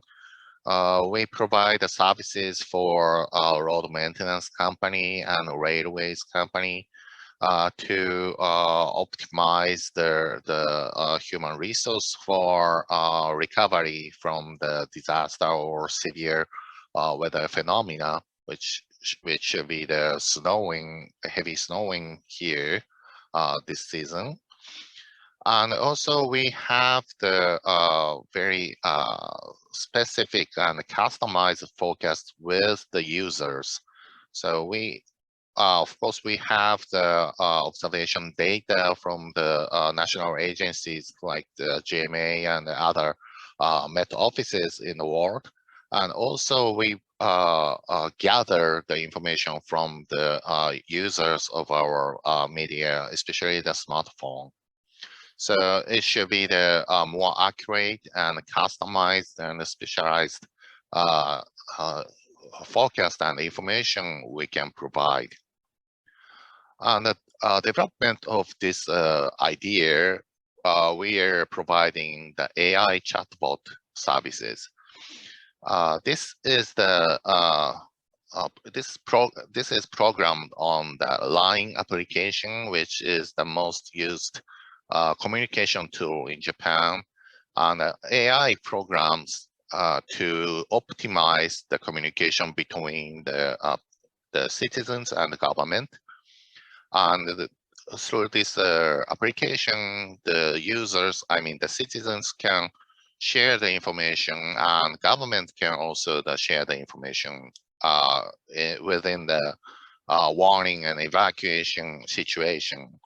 And the government could grasp the situation of damages or recoveries or supplies in the disaster situation through this application.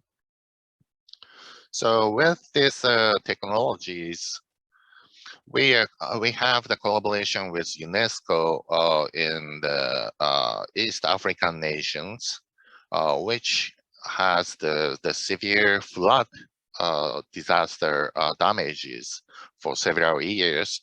So we have tried to use this application to reduce the risks of natural disasters caused by climate change. And we have very good collaboration with UNESCO, and also in also with the Met offices in that nations. So we can provide official information and very accurate information very quickly. So it's very short time. So this is the conclusion for today. So I would like to ask some questions later or by email or something. And there's a hint of the weather and climate service that we provide is to possibility to contribute to reduce CO2 and social waste. And as explained in the media and AI chatbot services, so effective user communication using the cutting edge technologies, which is like AI or a new application or functions, leads to strengthening the social resilience for natural disasters caused by climate change. And this is the very important part. So technologies or services could not develop without the collaboration with the national authorities like the Met offices or official data source in that area or nation. So sustainable observation and also the effective data utilization based on the efficient frameworks of PPP should be provided and should be established.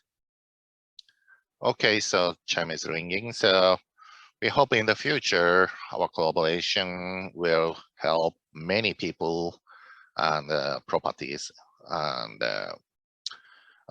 make the futures to be safe and sustainable under the same sky. So thank you very much for this opportunity, and thank you for your attention. Thank you very much, Mr. Tateno, for introducing such an innovative products and services from your company, and also pointing out the importance of value creation through public-private partnerships. Thank you very much. Thank you. Okay, the next speaker from the private sector, and actually our final speaker of the session 2, is Mr. Hirokazu Nagata, a chief director of a Japanese non-profit organization called Plus Arts. Mr. Nagata will talk about DRR education as an entertainment. He'll be presenting in Japanese language, so please use the translation function of Zoom if you'd like to listen in English. Nagata-san, over to you.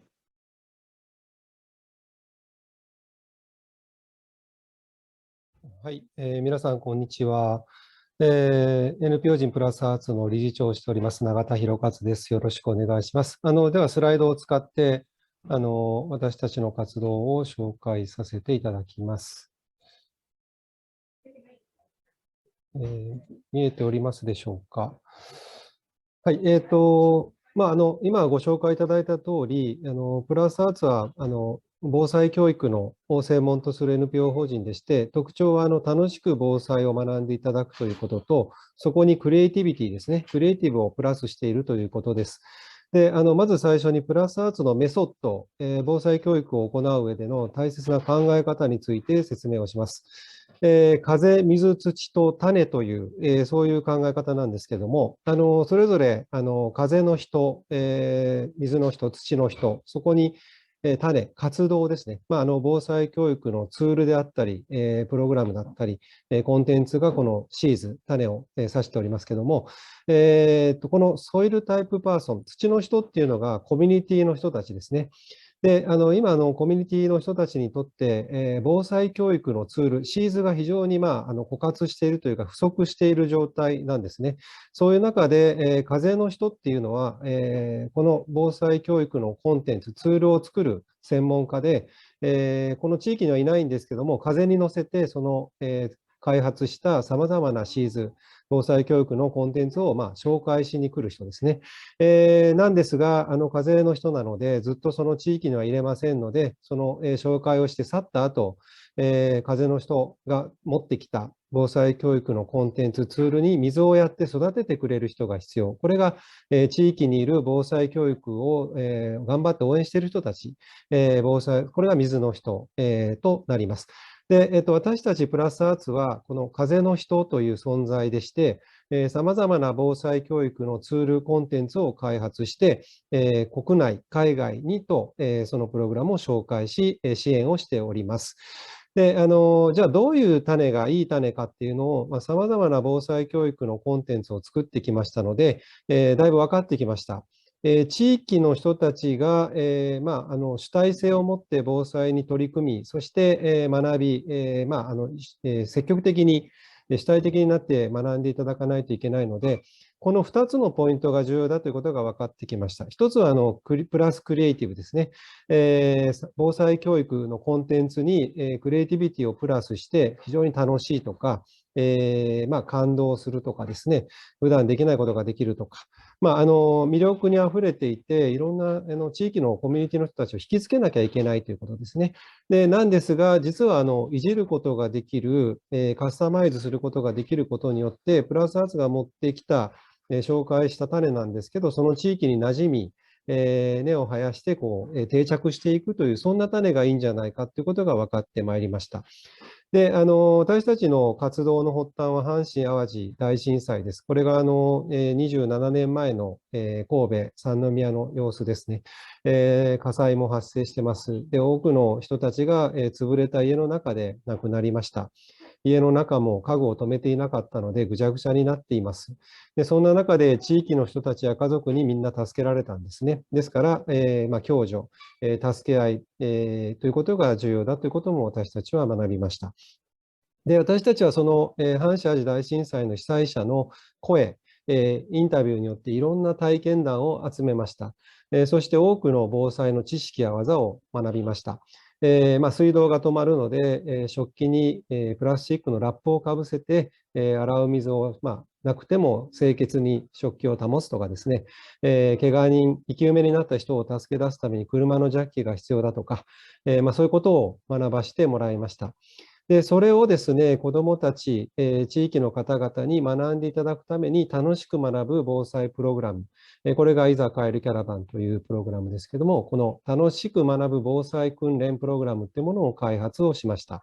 すべて被災者の声から重要だと分かった知識や技を子どもたちが楽しく学べるようにさまざま工夫をしてプログラムを作っています。これは消火器の訓練をシューティングゲームのようにしてみたり、毛布を使って怪我人を運ぶ担架を作るんですけど、これをタイムトライアルにして楽しく学ぶようにしたり、さまざまなカードゲームやボードゲームも開発をしました。こういうものは学校の先生たち、全国の学校の先生、海外の学校の先生に非常に使っていただいております。で、これがゲーム、さまざまな、これ全部オリジナルのゲームです。で、結果ですね、全国で防災教育、防災訓練に取り組んでいるんですが、人がなかなか来てくれない、なかなか盛り上がらない、うまくいかないという、悩んでいる方々から、相談を受けるようになりまして、そして支援を行ってきました。全国36都道府県で560回以上の支援を重ねてきました。支援の要望、依頼が来たら、その現地に行って、レクチャーをして、実技指導、実演指導をして、そして当日までの支援をして、2年目からは自分たちで自主的にやってもらうと。自分たちだけでやってもらうという、そういう形をとっています。で、これ全国で開催されている様子なんですけど、一言で言うと、居酒屋ゆるキャラバンは防災をテーマにしたお祭りですね。地域のさまざまなステークホルダーの人たちが、防災をやっている人たちだけじゃなくて、PTA のお父さんやお母さん、NPO の人たち、大学生や高校生のボランティア、いろんな人たちが協力をして、地域の子どもや家族に防災の知識や技を教える、そういうお祭りを全国各地で開催をしているという状況です。高校生たちだけで自分の高校に小学生を招いてやっている防災居酒屋ゆるキャラバンがあったり、というものもあります。そしてJICA や国際交流基金とコラボレーションしまして、海外21カ国にもこの居酒屋ゆるキャラバンを届けているんですが、特徴的なのは全部ローカライズされてしまうんですね。さまざまなプログラムが現地の人たちによって改変されます。カスタマイズされるんですけど、さらに言うとこのキャラクターですね。私たちはフロック、カエルですけども、インドネシアは小鹿になったり、フィリピンは猿になったり、あとは、タイは実は今猫になってるんですけど、あとトルコが熊になったり、イランはこれウミガメ、カメですね。で、そういうさまざまなキャラクターも変わり、プログラムもローカライズされ、地域の人たちによって運営をされているという状況です。ミャンマーなんかは2018年に取り組んだプログラムですけども、3日間、ワークショップをしたんですけど、まず日本のプログラムを導入し、ミャンマーバージョンにローカライズしていただき、で、地域の子どもたちに来てもらってテストをした結果、私たちは帰りましたが、その後、6ヶ月の間に1万5000人以上の子どもたちが9つの州を回って、この消防局の人たちが防災教育を展開しました。台湾はですね、新型コロナウイルスが感染拡大してから支援をしたんですけれど、フルオンライン、一度も台湾に行かずに、すべてオンラインで台湾版のカエルキャラバンを作るワークショップを行いました。結果、台湾バージョンの防災教育プログラムが9つ誕生して、でこれ、台北で行ったんですけども、これから全土に広げていくというような活動につながっております。はい、ローカライズっていうことをテーマにしてますので、例えばですけど、カエル人形、私たちも作ってレンタルもしてますけども、全国各地、海外で様々なカエル人形が手作りで、地域の方々の手によって作られていきます。そして、日本は毛布を使って怪我人を搬送しますが、インドネシアは、サロンという巻きスカート、そして、フィリピンはバニックという、敷物ですね、こういうものを単価代わりにするというようなワークショップに変わっています。そして、この消火器のシューティングの的もローカライズされ、PTA のお父さんが作ってくれたり、ペットボトルを使って、いろんな国で作ったり、で、日本は新聞紙で食器を作って、それに、ポリ袋をかぶせて食器代わりにしますけども、インドネシア、タイ、フィリピンはバナナの葉っぱで食器を作ったりっていうようなローカライズが起こっています。日本で作ったゲームもシステムだけが取り入れられて、タイバージョンやフィリピンバージョンが作られています。最終的にはキャラクターもローカライズされるという流れです。こうした取り組みを、コロナ以前は非常に多くやってましたけども、これからコロナ禍ですけれども、オンラインを使いながら、まだまだニーズがあります。ネパールのプロジェクトもこれから3年間が始まりますので、そういう支援を頑張ってしていきたいと思っております。以上です。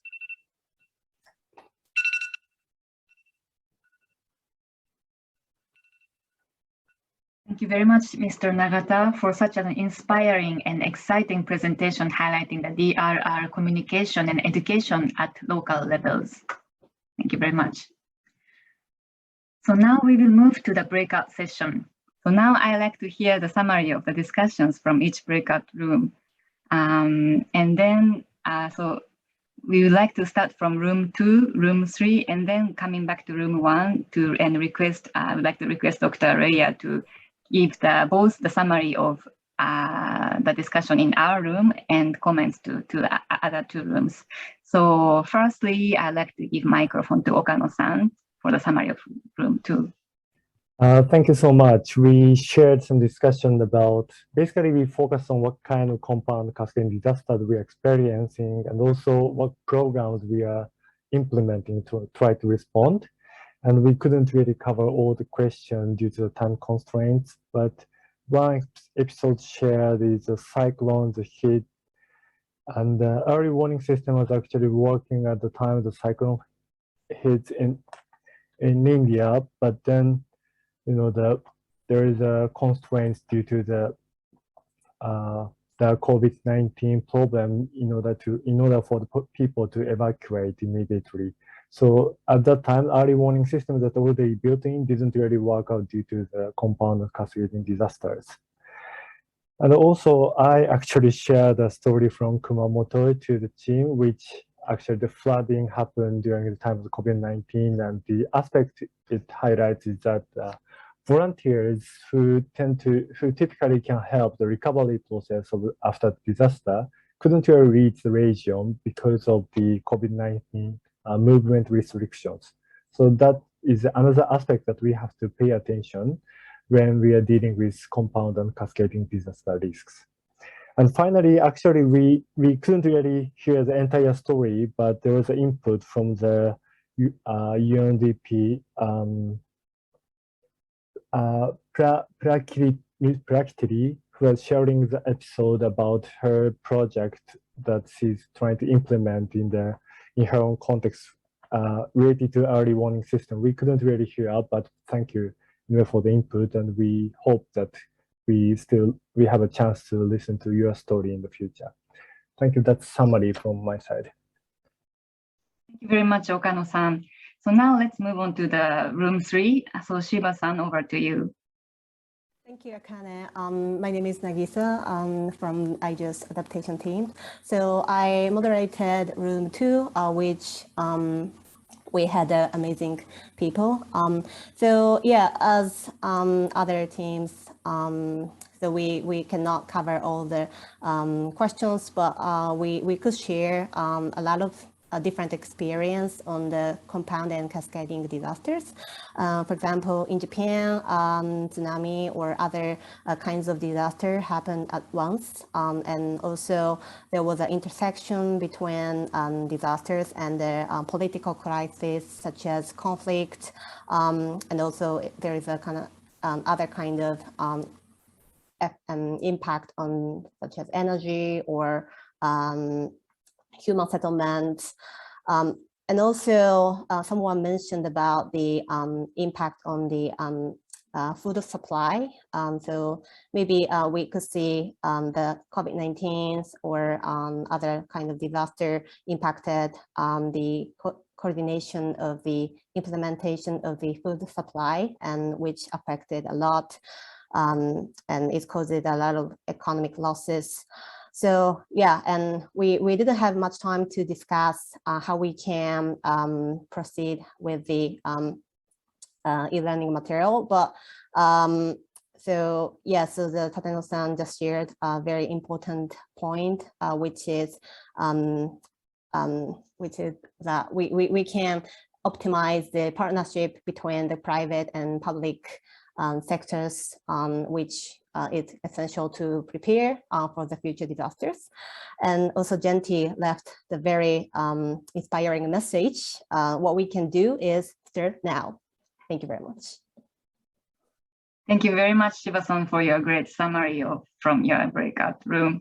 So now I'd like to invite Dr. Reya for the summary of our room. Maybe you can focus on question 2 and 3 part, but it's all up to you, of course, and the feedback, your feedback on the other groups' presentation. Actually, though the comments are, you can also include the overall impression of this workshop itself if you'd like to mention about it. So Dr. Reya, over to you.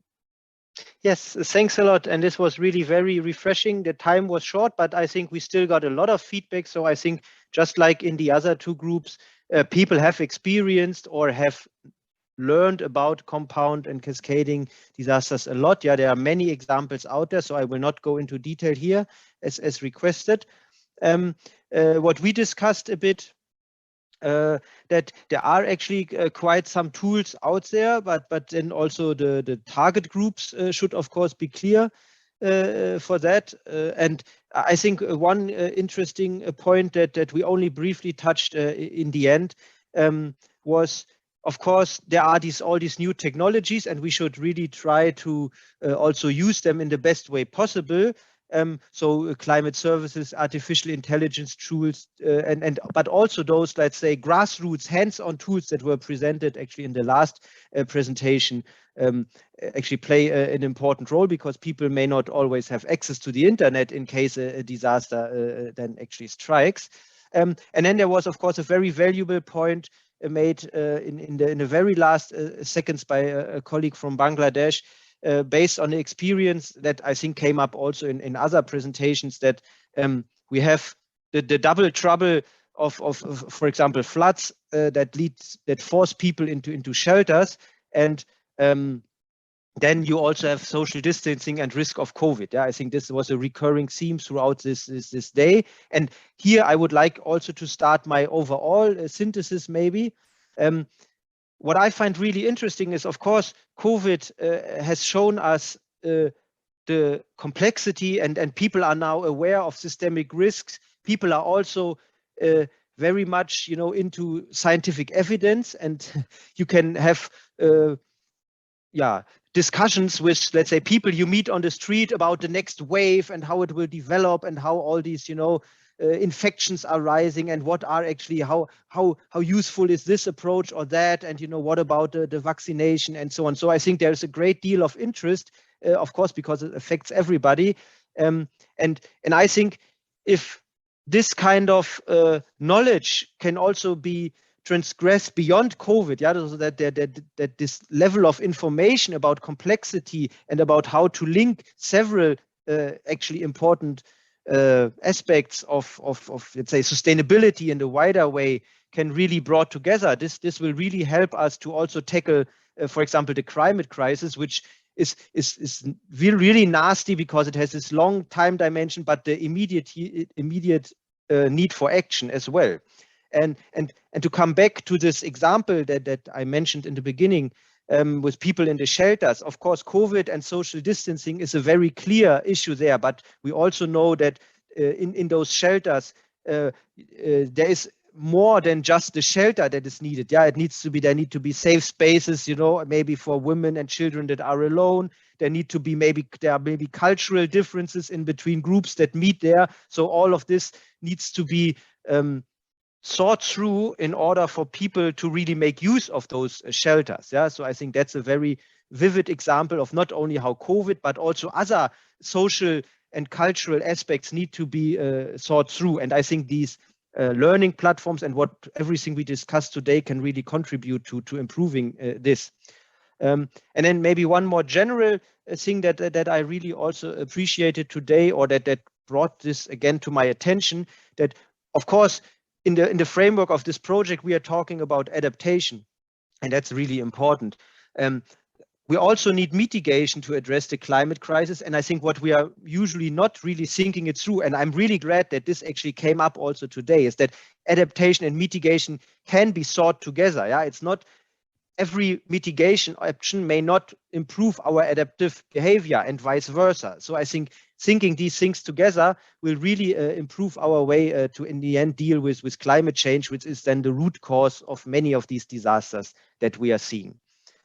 I would probably stop here, and thank you a lot. I hope this was a little bit what you expected in terms of reporting, and I'm handing over to you for closing. Thank you very much, Dr. Actually, it is much more than expectation. Your summary was just so amazing. And yes, we are so glad to feel that today's workshop was really meaningful for everyone to start this kind of discussion and networking on this very important topic. So thank you very much. So this concludes the second session. So once again, we would like to thank everyone for your very active participation on the discussion. So now I'd like to bring the microphone back to Okano-san. Thank you, Matsuo-san, and thank you everybody for your active participation to the breakout session. Now, for the conclusion of the workshop, we have a closing remark. For the closing remark, I'd like to invite Mr. Yasuo Takahashi, Executive Director of the Institute for Global Environmental Strategies. So please, Mr. Takahashi. Thank you, Okano-san. Can you hear me? Yes. Okay. So good afternoon and good evening, everyone. It is my great pleasure to say a few words at the successful conclusion of today's international workshop. First of all, on behalf of IGES, one of the co-organizers, I would like to thank all the speakers, participants, and stakeholders for their active and valuable contributions. Recently, IGES has been working to further accelerate adaptation efforts in vulnerable countries and regions, including the Asia Pacific. As Mr. Tsukada from the Ministry of the Environment of Japan stated in his opening remarks, the Asia Pacific Climate Change Adaptation Information Platform, or AP-PLAT, which was launched in 2019, has high potential to address adaptation challenges in this region. The platform has three pillars of activities: accumulation of scientific information and knowledge, provision of adaptation tools, and capacity development. And IGES has been focusing mainly on capacity developing activities. This workshop, we discussed the importance of future issues of new e-learning materials entitled Building Resilience to Compound and Cascading Disaster Risks. IGES made significant contributions to this online content, which was released on AP-PLAT by the Ministry of the Environment of Japan. So today's workshop discussion in the first session focused on the urgent issue of compound and cascading disaster risks and some of the difficulties faced when addressing them. In the second session, participants discussed ways to strengthen resilience against such disasters. And finally, in the breakout session, we were able to receive valuable suggestions from participants who are working on this issue in various ways. Through this workshop, I am delighted that these new e-learning materials on AP-PLAT will be widely disseminated to government officials and disaster management staff in those countries and regions in need.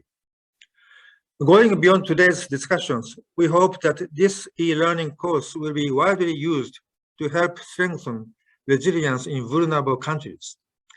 In addition to the topics covered in this workshop, IGES is also making contributions to e-learning materials on nature-based solutions and ClimateCast, a tool for downscaling climate change impacts.